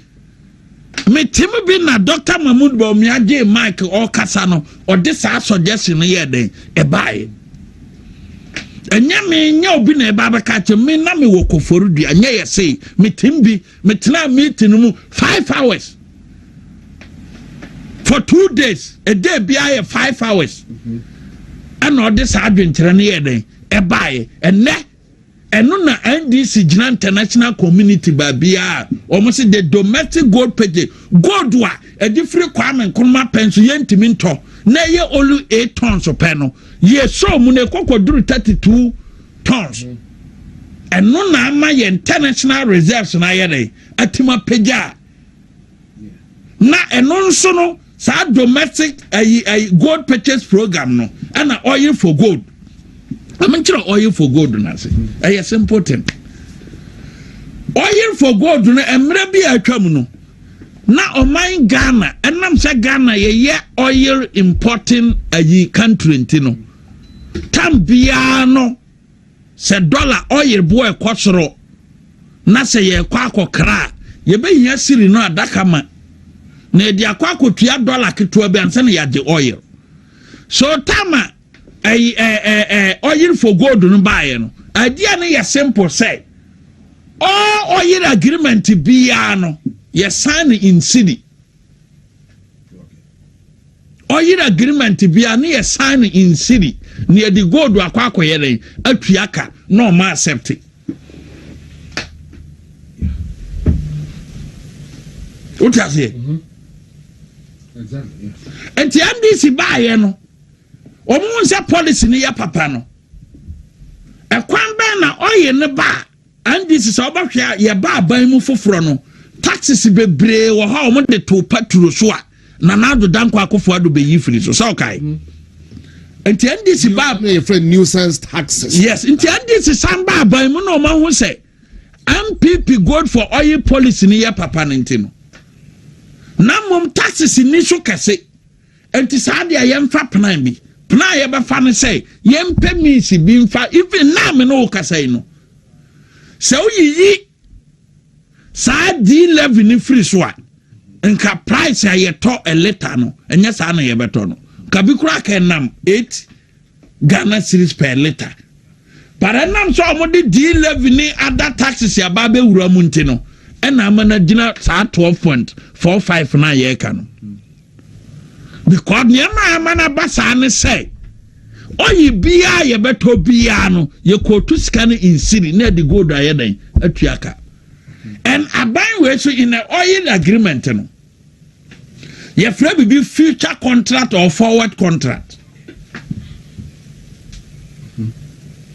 and then say ye nim say echena bi e bia bo no betima kwosoro nti ye be sign contract ne but e be take effect e bi ochena nti ne atia ne say si sign contract ne na se chena oye bo no kwasoro kra stera no ne me sign ye ne price ya mi ko tu no agreement ne so no sign international market no de be yere wo de be mai until most of the oil contract ya yes sign ye forward or future contract no and then nam so man international prices ne so stabilize no and no benefit nyina ka ho bie and na oil no prices no were from good for oil because all oil contract in our days near your forward contract and our future contract yes in city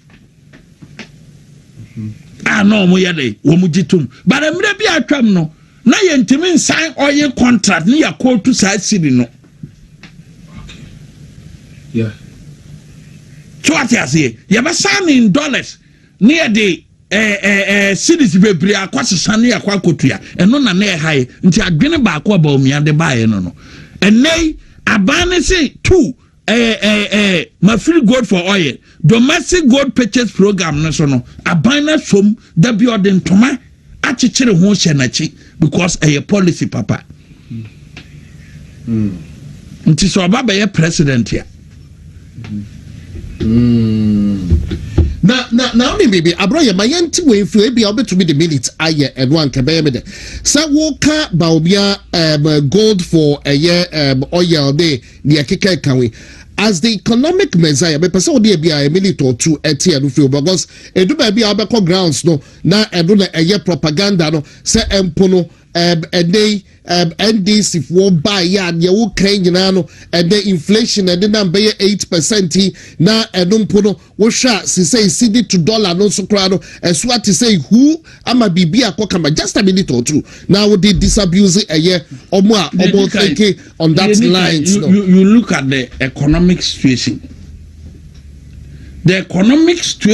at the time na Bawumia kan ye wo opposition no that economic situation no na the same as 2021 to 2024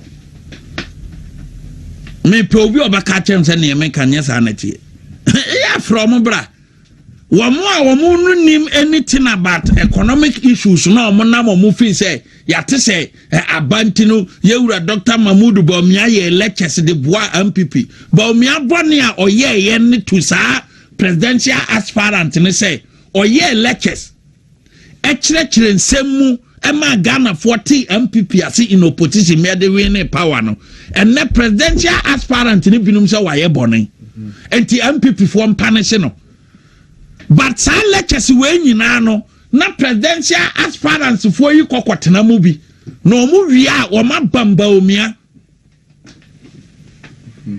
otimase o mu wi a o ma bam no sa waye ade eneya o ka sa lectures nyina na ya de ba power na omunya ho tumi nya ho contract akese edi ye no na ye wo opposition no omo se Bawumia na be say MPP but na all man lectures ma Ghana for boje ne so anu ntira omo kwato aba no o man ka se Bawumia say MPP that is a nipa so didi wi a na wadane aboa kokko no de na no ye en sankrofo no wo musuban omo kasa asem no wo musuban ni aboa akokko difference bia nyere enim because mo didi wi a no mo do omano ayere atwitwiri fam se mo ma me hwe now a very intelligent question obisa say wo mo yes it's true say omunim hwe ni mo omunim ne say sit down and do a proper analysis in the sense say let us look at the economic situation between 2013 to 2016. Nasa economic situation no data na ewo honom no any world economic data no etimi de Ghana call IMF ana the question is big no because na mismanagement there wo the other kind o mind bia depending on energy. No country can survive without a proper management of the energy sector. Country be anywhere. And 2013 to 2016, Ukraine to kwabia ni wiase babia. Israel ne ayi Palestiniafoɔ anaasɛ Gaza o sɛ hia o na ntɔkwa bia na ɔmebɔ a Russia Ukraine ntɔkwa bia nyere eni hɔnom at the time no na at the international market no na yet oil it trading around $57 to $62 per barrel. You can Google and see. At the time, now it trading around $57 to $62 per barrel. Oil and aircraft amanoneno. Na sana na trading. It means a ne low meboa. Na entokwa bia ni wantine se oil flow. Etimi kwa bia.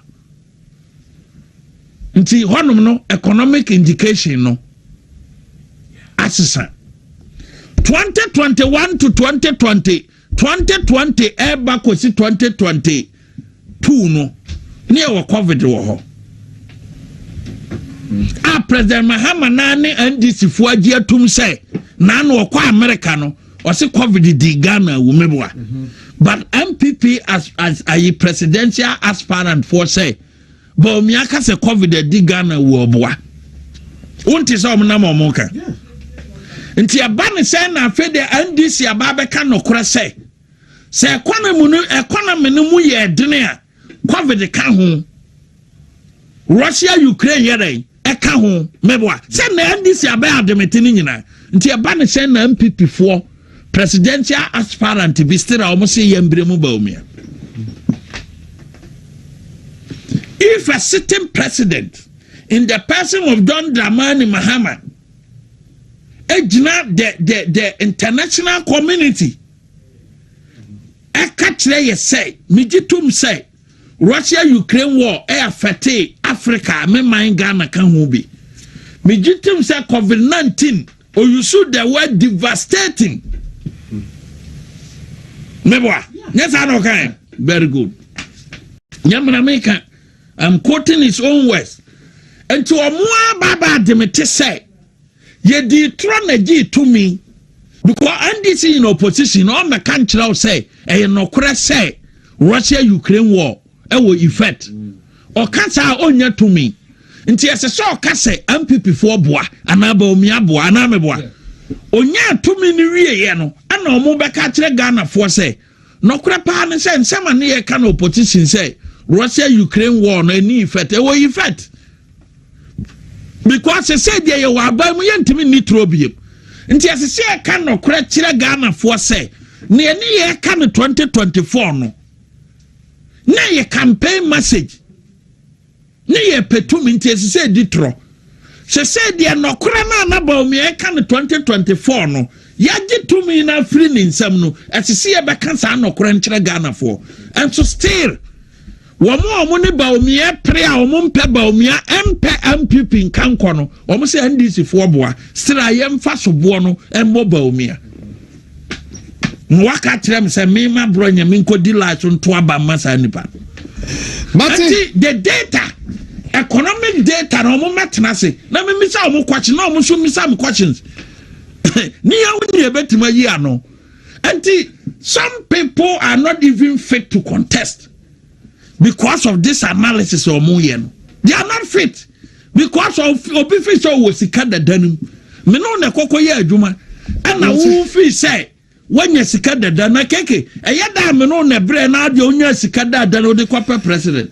Abranya ena ewo TV no so ene awie Talk Ghana Jumedie ena wo hwede ene awie na I have the Bruno regional chairman in the person of Kwame Bafo Abranya live with me in the studio of a year wound to me TV so edie na ya twa Jumedie no so ye won some kakra bi a ye bebro so but me twa Jumedie so Kwame na say just last week, you were making the news all over the place. Now, you're not making news. A senior member of our party, granted an interview on a radio station. Ewo eye Asante Mantem ha. Na menkaneme nana abrewa NTB ewo Asante Mantem ha say. Ebi kro ebi tie nsabunu ebi entie nsabunu mu eye. Na me share that nas etie. interview no back to back.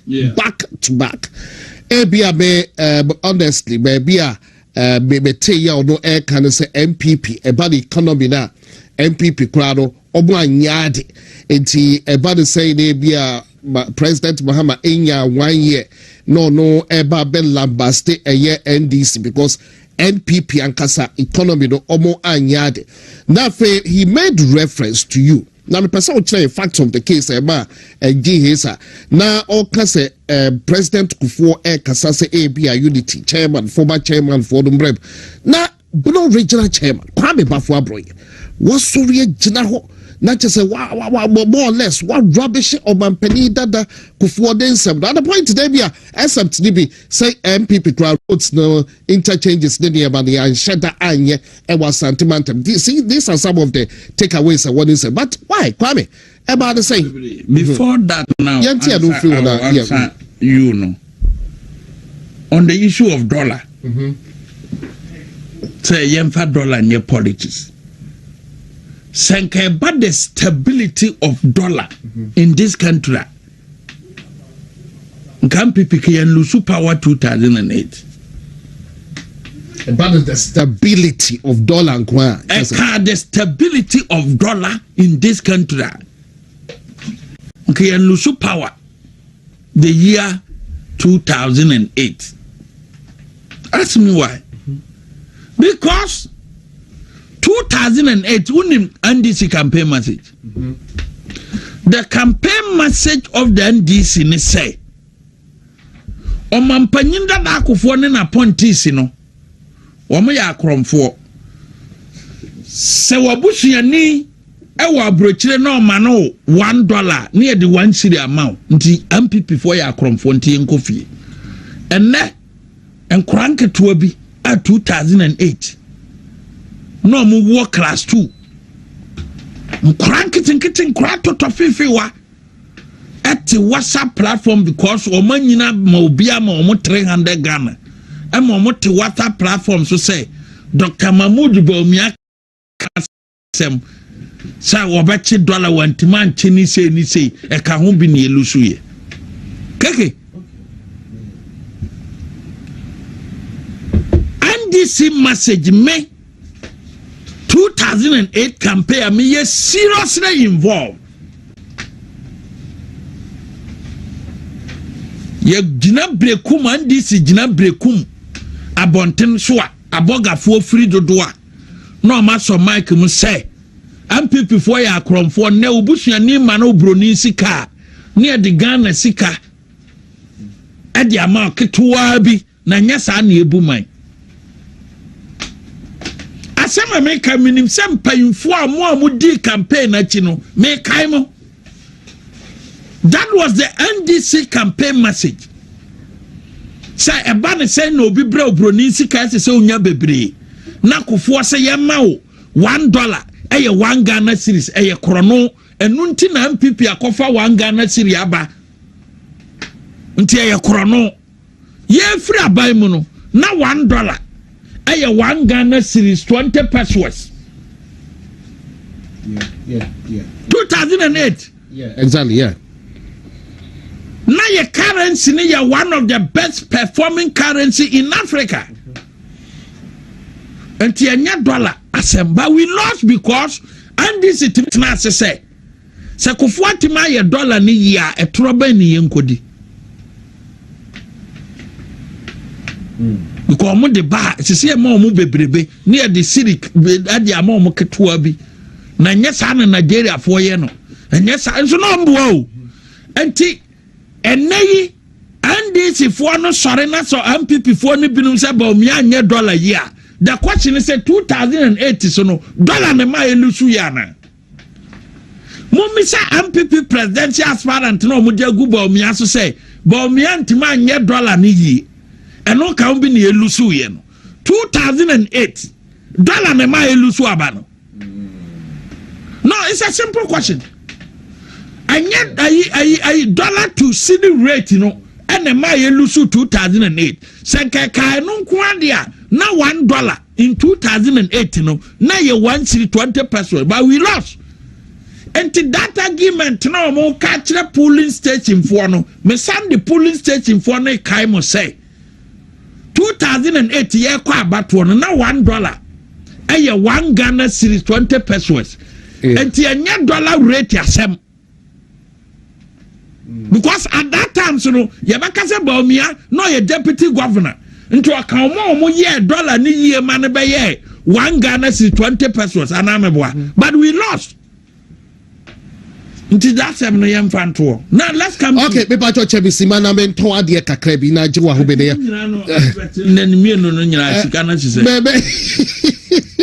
Ya to adwumade no so to Ghana so e dey live on Wood to Me TV. Kwame Bafua Bronye the regional chairman for Yebno regional chairman for the NPP and me engaged Ewahadom and there area.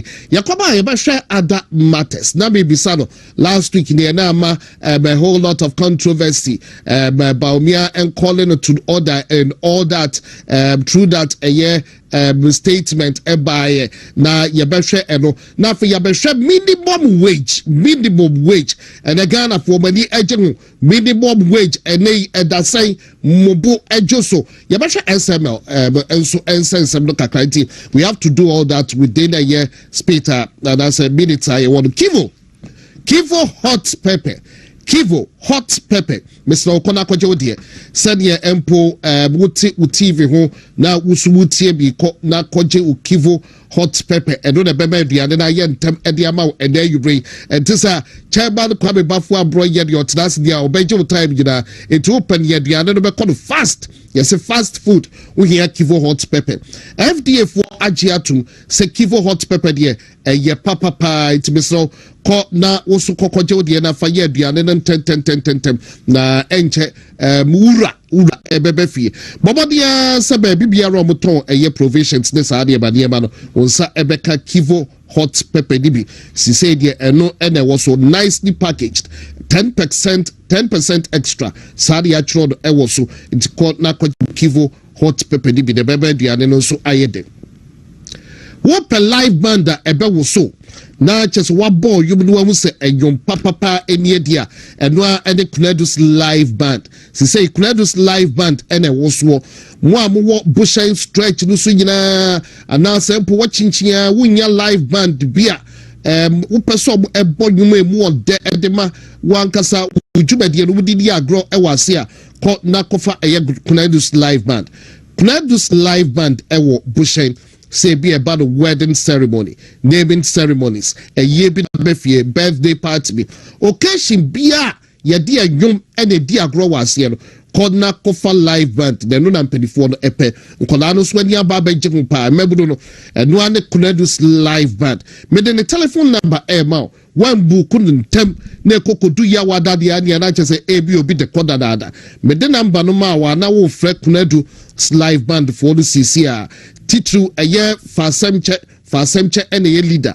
Now Kunedus live band no telephone number do any number is 0246 627 418 0246 627 418 and I'll bet me a friend 0242 119447 0242 119447 ofre omo ebeje so would to be sikapudio Mr. also fa ho jimu bi share game way one share what na ho ubeda na one share kra na kra won bi game no ne de pa ni nyina nse edisika na ebefi eno an se obeda ile star 426 star 20 hash star 426 star 20 hash na fedie wu follow process no wu be ya wu register we nkwa de 1 to 6 boxes 1 to 6 lucky boxes and one is obe choose ne wo pe wu choose ne open you obi na choose ama wo ne obe choose bia no sike wo mu bia wa na odia it's yours for the takes until you would to be sike pudio bobodi answer obe dial star 426 star 20 hash. Now you stand a good chance of winning up to 500,000 cedis. Sike shi shebu no ne den won. And no an say obebo mo dia star 426 star #20# wey a mega cash lucky box for and so edia obol ede aba NLA approved platform wunya in fear do watch here Mr. Menko a game here na M1 kra. All right, Kwame Bremwe na actually ubi say Dr. Richard Ananasem and or bad profile and what be some so be bad Kwame I don't know the member or profile me profile nti me can't take for who say profile na your papa na I would the profile ne kai a Dr. Richard Anane and MPP internal elections open nipa or debatum from mamu say Asante any achemfo ewo program nti mo nto aba e man santefo to aba ma nanado danko akofo adoye Dr. Richard Anane de bai. I don't recall him saying that. Maybe my publication to was Dr. 2007 on a this message in call by 2010 or repeat your manti nasem 2014 yeah baba tuaba enna osan beka ye ma City FM men fansendo fasande be na me so me verify ab I don't think I 2014 odibatum no enna odibetum asem o kan ye na president Kofo Akufo-Addo o say nanado danko Akufo-Addo on pe Kofo asem one Kofo ye den e wo problem enti eni kwan say primaries na on be kono Asante delegates eni kwan so omoto abayele e ma nanado danko Akufo-Addo Asante delegates enti me de asendo ubehu publication nanado danko Akufo-Addo ba bontin be issue a strong release as CTFM publish here no chire musa sema Dr. Richard Anane kan no no kura bi anyere enim nti so ye party ni na so ye party ni ampa won support me a fine but say wo dey ba beto abontin say me mpekofo asem menene wo problem ti aman santi delegates meto aba mamia na che say asem na go e man na do kra to aso ka say year no 2014 no wa visit Kofo 2 days ana Richard Anane this propaganda no be e be tu man no kra bi anyere enim propaganda e de traba wo be yere ebeba propaganda ebe destroy MPP forever and ever or the babetum Dr. Richard or the betum ema City FM publication in sema waka enyina ebae odisa atro na chire no mu hu nse enye nokore no region omo tire Akufo-Addo achikese pa ma no we ne presidential primaries no enam sa atro na obedi yenti ema 2014 almost 98% of the parliamentarians in Asante region declare support Edema Nanado Danko Akufo-Addo because of Dr. Richard Anane Trao Yene Odiye at the time Editi Nanado Danko Akufo-Addo. Some of the Asendo who City FM publication. Yeah, me. Ni profile ba ko oditi fie ni say ye to aba no wie ya se Nanado Danko Akufo-Addo de e de se wi ase foforo ba bie na obetima di president MPP ni on na sia say but o da bia o kasa so ye founding member nya nokore founding members o fa Asante region ni dininim o kwa national so ni dinin kan ho that is a fact me set records no straight Asante region ye wo mo founding members national founding members wo ho o babuno region me founding member onu na gina party na mu e wo national your friend Prince Yebo Amafo Asante region founding members Dr. Richard Anane dinin kan ho na ya o mu tuatua sika man centrophobia wo mu ye publication o mu say founding member one member on kan ho bi but so senior or your respected former member of parliament for Ishiayeso constituency. Yes, our position no manya bi atraso. Me de kra me senior. Me de kra maduru say. Me maduru say. Onye senior member say night yes, me de maduru say night. Tio, onye senior 1 pp mu nchemi a me no tie. Oh, na so you senior. Senior sem fie mu dia fine by party onye senior nchemi. I'm original chairman. Oh, now say yes, you are original chairman. Yes, and the respected Obi aso so me respected. Nti fatron chain. We are respected and nitro. And try wadi Canada ma bie ma cho wie ye no. A odi try nya sa na Santi MPs e ba be declare. Say because of nitro nti ombe di nanado ati kwapin so ba we ni. Ema nanado won massively in Asante region. Because of a try no dia kedi Asante ni achemontoko eba. That is Richard Anan. But I don't know, stating emphatically interview him say, Obisa Dr. Bawumia say, Pamu no. But said the boss. Nanda Abudanko Kufuado e Pam no na. O de me to me Ricardo to boase mount up a so ko binchen to boase. O wie no. Ano ka kire wiase nyina se na nado danko Kufuado be president ya. Etrona ka edi ntokwa eba Asante ni achemontokwa na odi ya. Nka edi ntokwa eba because of politics nti or because of Kufuado asem no. Eno anye yi Kufuado wini we o se Kufuado do be president ya. Edi se wiase foforo. Nka se Yesu maye totu mienu. Mbata ka na wanga. Wumi bisaw.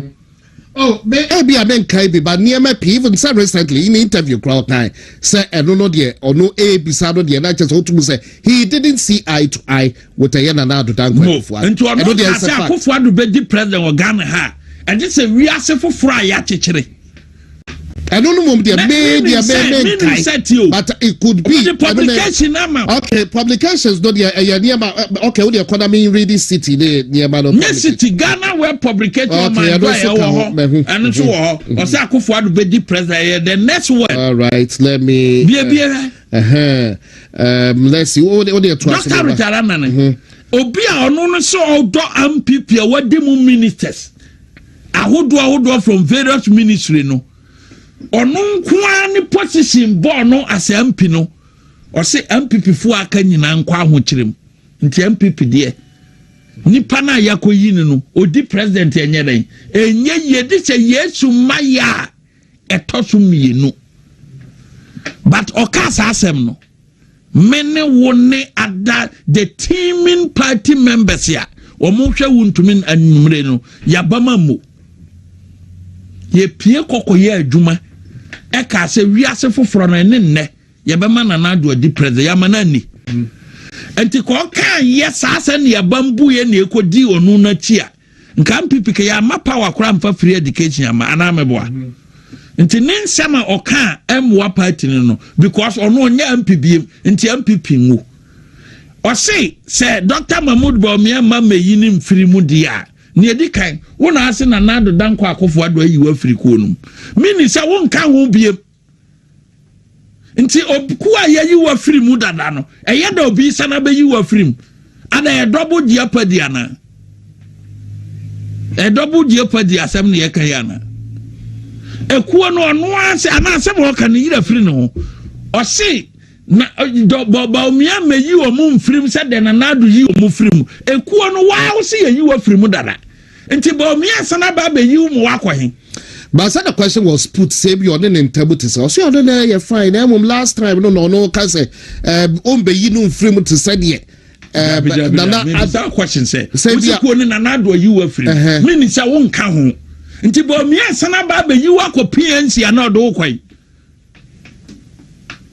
maybe so ono na nyaadwe no so yodo was like no asem ne straight ya said the osikan no mo pe konkonsa dia na mo se asem no mo pese mo doje konkonsa o pese odie no me na nyaadwe no se obi say na nado ayi na free MPP no obi ta say Bawumia so meyi ni mfiri ade kuo no se na nado ayi wa free say na nado ko oh please wo see ya ekuo bia ya yi free mu a you are no more a member. And I don't just say association you free more. You are no more a member. And don't be Bawumia say ono so mama you free more. Baby I watch see how say nanado you have Bawumia be push you ko PhD and CPP. Maybe so. And so that is the propaganda say. Nana eno no kire say nanado nyi ni free mu. No ne primary so lusu yenti ana wanya adwene say wa free MPP mu nti wanya MPP adwuma nti oni any right na say no clock say na nado na mastermind no lusu the parliament but 2015 ono kwa na MP lusu primaries nti ada na tambi ohu no special 2015 me bisa wo keke asante mantam ha ono kwa na lusu primaries Debbie. Anya ono kwa mboa. Debbie anya ono kwa. Anya ono kwa. Akotwa free one lusu primaries. Ana unim so lusu primaries. Akotwa free former agric minister one lusu primaries. Nya that time na Richard na lusu primaries. Safere wa hu. Enti lusu ye no. Nipa be say Sunday na kwoto aba na anya 80. Nti fa 80 kwotenanse. Enti wo no se ya yiwa free mu because na wo mo maka no na do na damfo pa one ne nam elusu primaries 2015. Nti na do timi ma obi lusu primaries dia ese se o maka na damfo one ne nam we ne primaries. Ana unte masie. Yeah. Because Mimi wo tumi ya metima say o magic wand na enke mo bi lu e wini dia na do wo magic ya otimi koyi obi free parliament say monto abanti ane dia na damfo ne nam so that same year no ye call primary so nso lusu ye nti adantra na do timi mastermind e ma wo lusu na ono ana damfo pa de ontimi mastermind ma ne wini logic no wo fine. Uni akotwa friye nyina na lusu primaries that same year akotwa friye one na nado tenaka 1 car mu 2014 eba mu ko babia mu nte 1 car mu olusu primaries mebwa yeah nti ade na wo de no kwa de akotwa friye a oye na nado adamfo na nado a mastermind ama na nwene na wo de okolusu ya wo se na nado no ochehene ti eastern region. And one baby or confessam naba. Nanado do a chin free Kumasi Baha, and my name and she delegates by Kasai, so Montua Bantel Richaranami. Because Oka Parliament here, Yabama opposunti.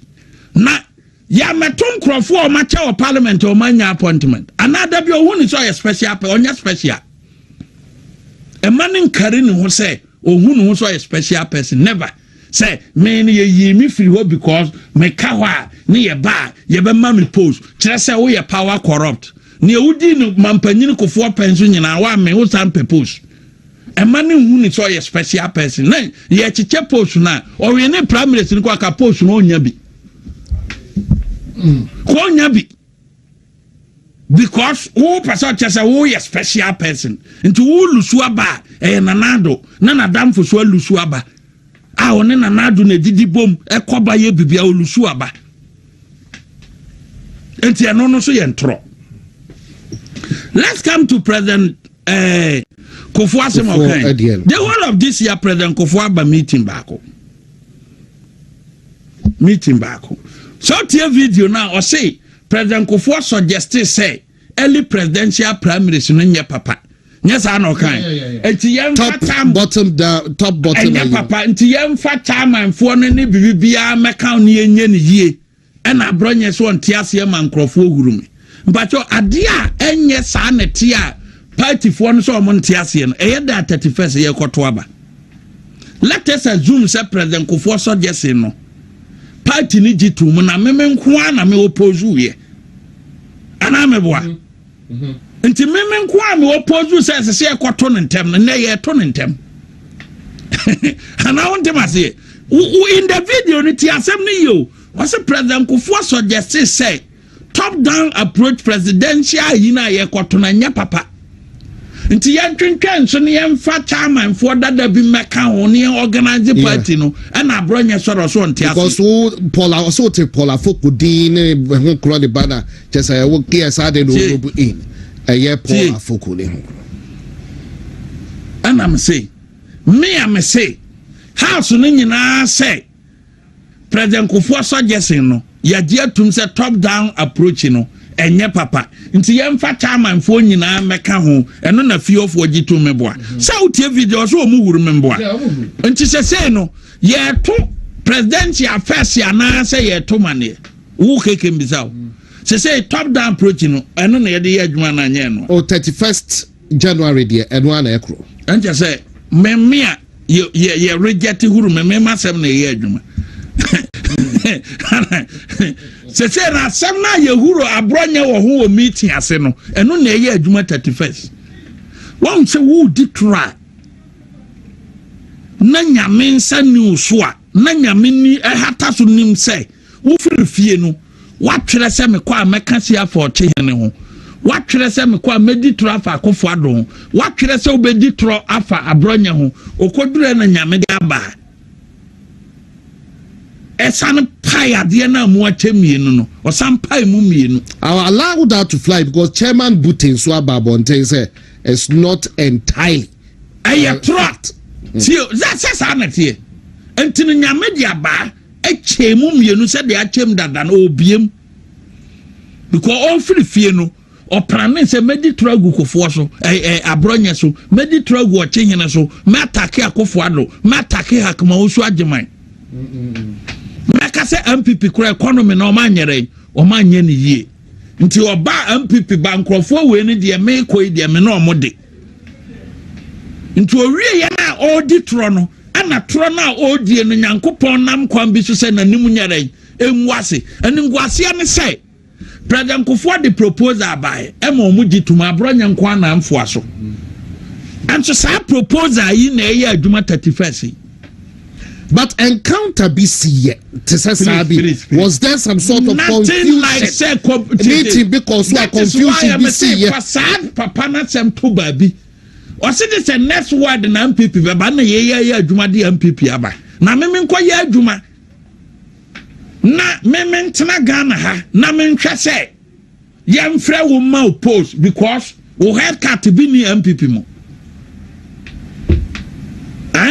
Mimi nko ya adwuma party I will say MPP baba power this is the next one na nka me ma bronya makoya adwuma ne matena se ahwese President Akufo-Addo be friend Dr. Richard Anane no a man post to say Dr. Richard Anane be gi post all because we head cut ni three good. I don't need it. See say no na just say the Bawumia no so that so bisa don't plus say Bawumia don't the kanaka say ekuo no nka ho nto afirim onko said na onka ho aye ba power no with or without him no you better win in 2028 with or without him etimo bi nka say your opposition till we need the numbers ni bi wo ha ye nkate born let's tell them the fact numbers ni bi wo ha enka say wo opposition ti ndc nanu adayai unim nipa ye yi o madi 2024 nationwide ndc anyi nipa di kura no eboro kuro to 7,000 wo ya ne apam enso na omo opposition enti nipa bi wo ho a numbers ni bi wo ho a eyen kateboni plus 1 vote oh jai na plus 1 vote don't ask me plus 1 vote and also answer one to abama MPP 2016 one to Abama MPP 2020. But social committees. He still remains a member meeting of where me see why meeting ya official meeting be ya MPP mo eye constituency asa sem electoral area ne polling station for be ye omu meeting no ma report e dey ama constituency na aba national no regional executive meeting was Asante region Dr. Richard Anane nka ho wonim sa MPP National Executive Committee, Dr. Richard Anane nka ho. MPP National Council, Dr. Richard Anane nka okom. And then the meeting bed also yokui. Anya bisa na. Because okay, I think that me person I think so mention meeting beside and so ko meeting because also ko meeting. I really say bisane. That is why a national chairman say meeting no kwa Richard Annan no nka ho. No nka ho so that. Anti MPP about winning with or without Richard Annan because we have done it before. We have won election without Richard Annan. We have won 2 elections without Richard Annan. And we are going to win the next election with Dr. Bawumia without Richard Annan. And the poverty mababe journey. And more bison tinababi misase keke uba mudaben. Panini biana aspirant biana presidential candidate biana say to send your Richard Annan kana we ba mudaben. For me, it doesn't make sense to say party panyin biya be bisasa asem no. Who bisasa you won't take political organization as it because every party biya no your constitution say as you say make sure say you benya membership anameboa. Enti say nipa du kwatena se ne say the New Patriotic Party no be bisa say wo ba mu daban opasa this so no amudi a obi ama medjoine so bisabo bamuda be dia na chese mo na mo say party no. What are you saying? What can say party this is the next word me the publication ma no utimi kenkan. What can say party this is the next word yeah yes say party the party ni ba power meboa adia na won ka ho na akwatena nchen se obu afu ko ne se koye nkrokro ukoye anwene ya wini ene ya ba power nti ya ba ya ne se ohu ofe a me hu ba bia sa ho ofe no ne ya fro se beji post obi am fro sa.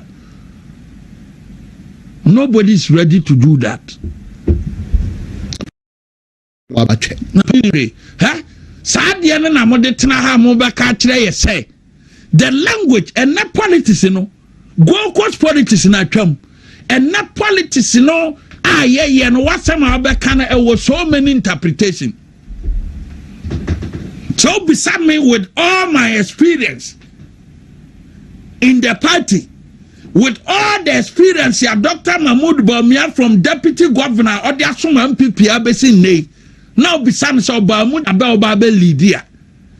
Near China ne kon base oba MPP mufi so obeba because nim so oba party ni nya tumi China mo ba question no oba be pe bibia so nra ya na obedwan sam panfo ne na egukuo no frabera bia onama obeka kire Dr. Mahmoud Bawumia say oba mu da ben no sa frabera no person we ni power or we ni primaries ni wi a onhia new members.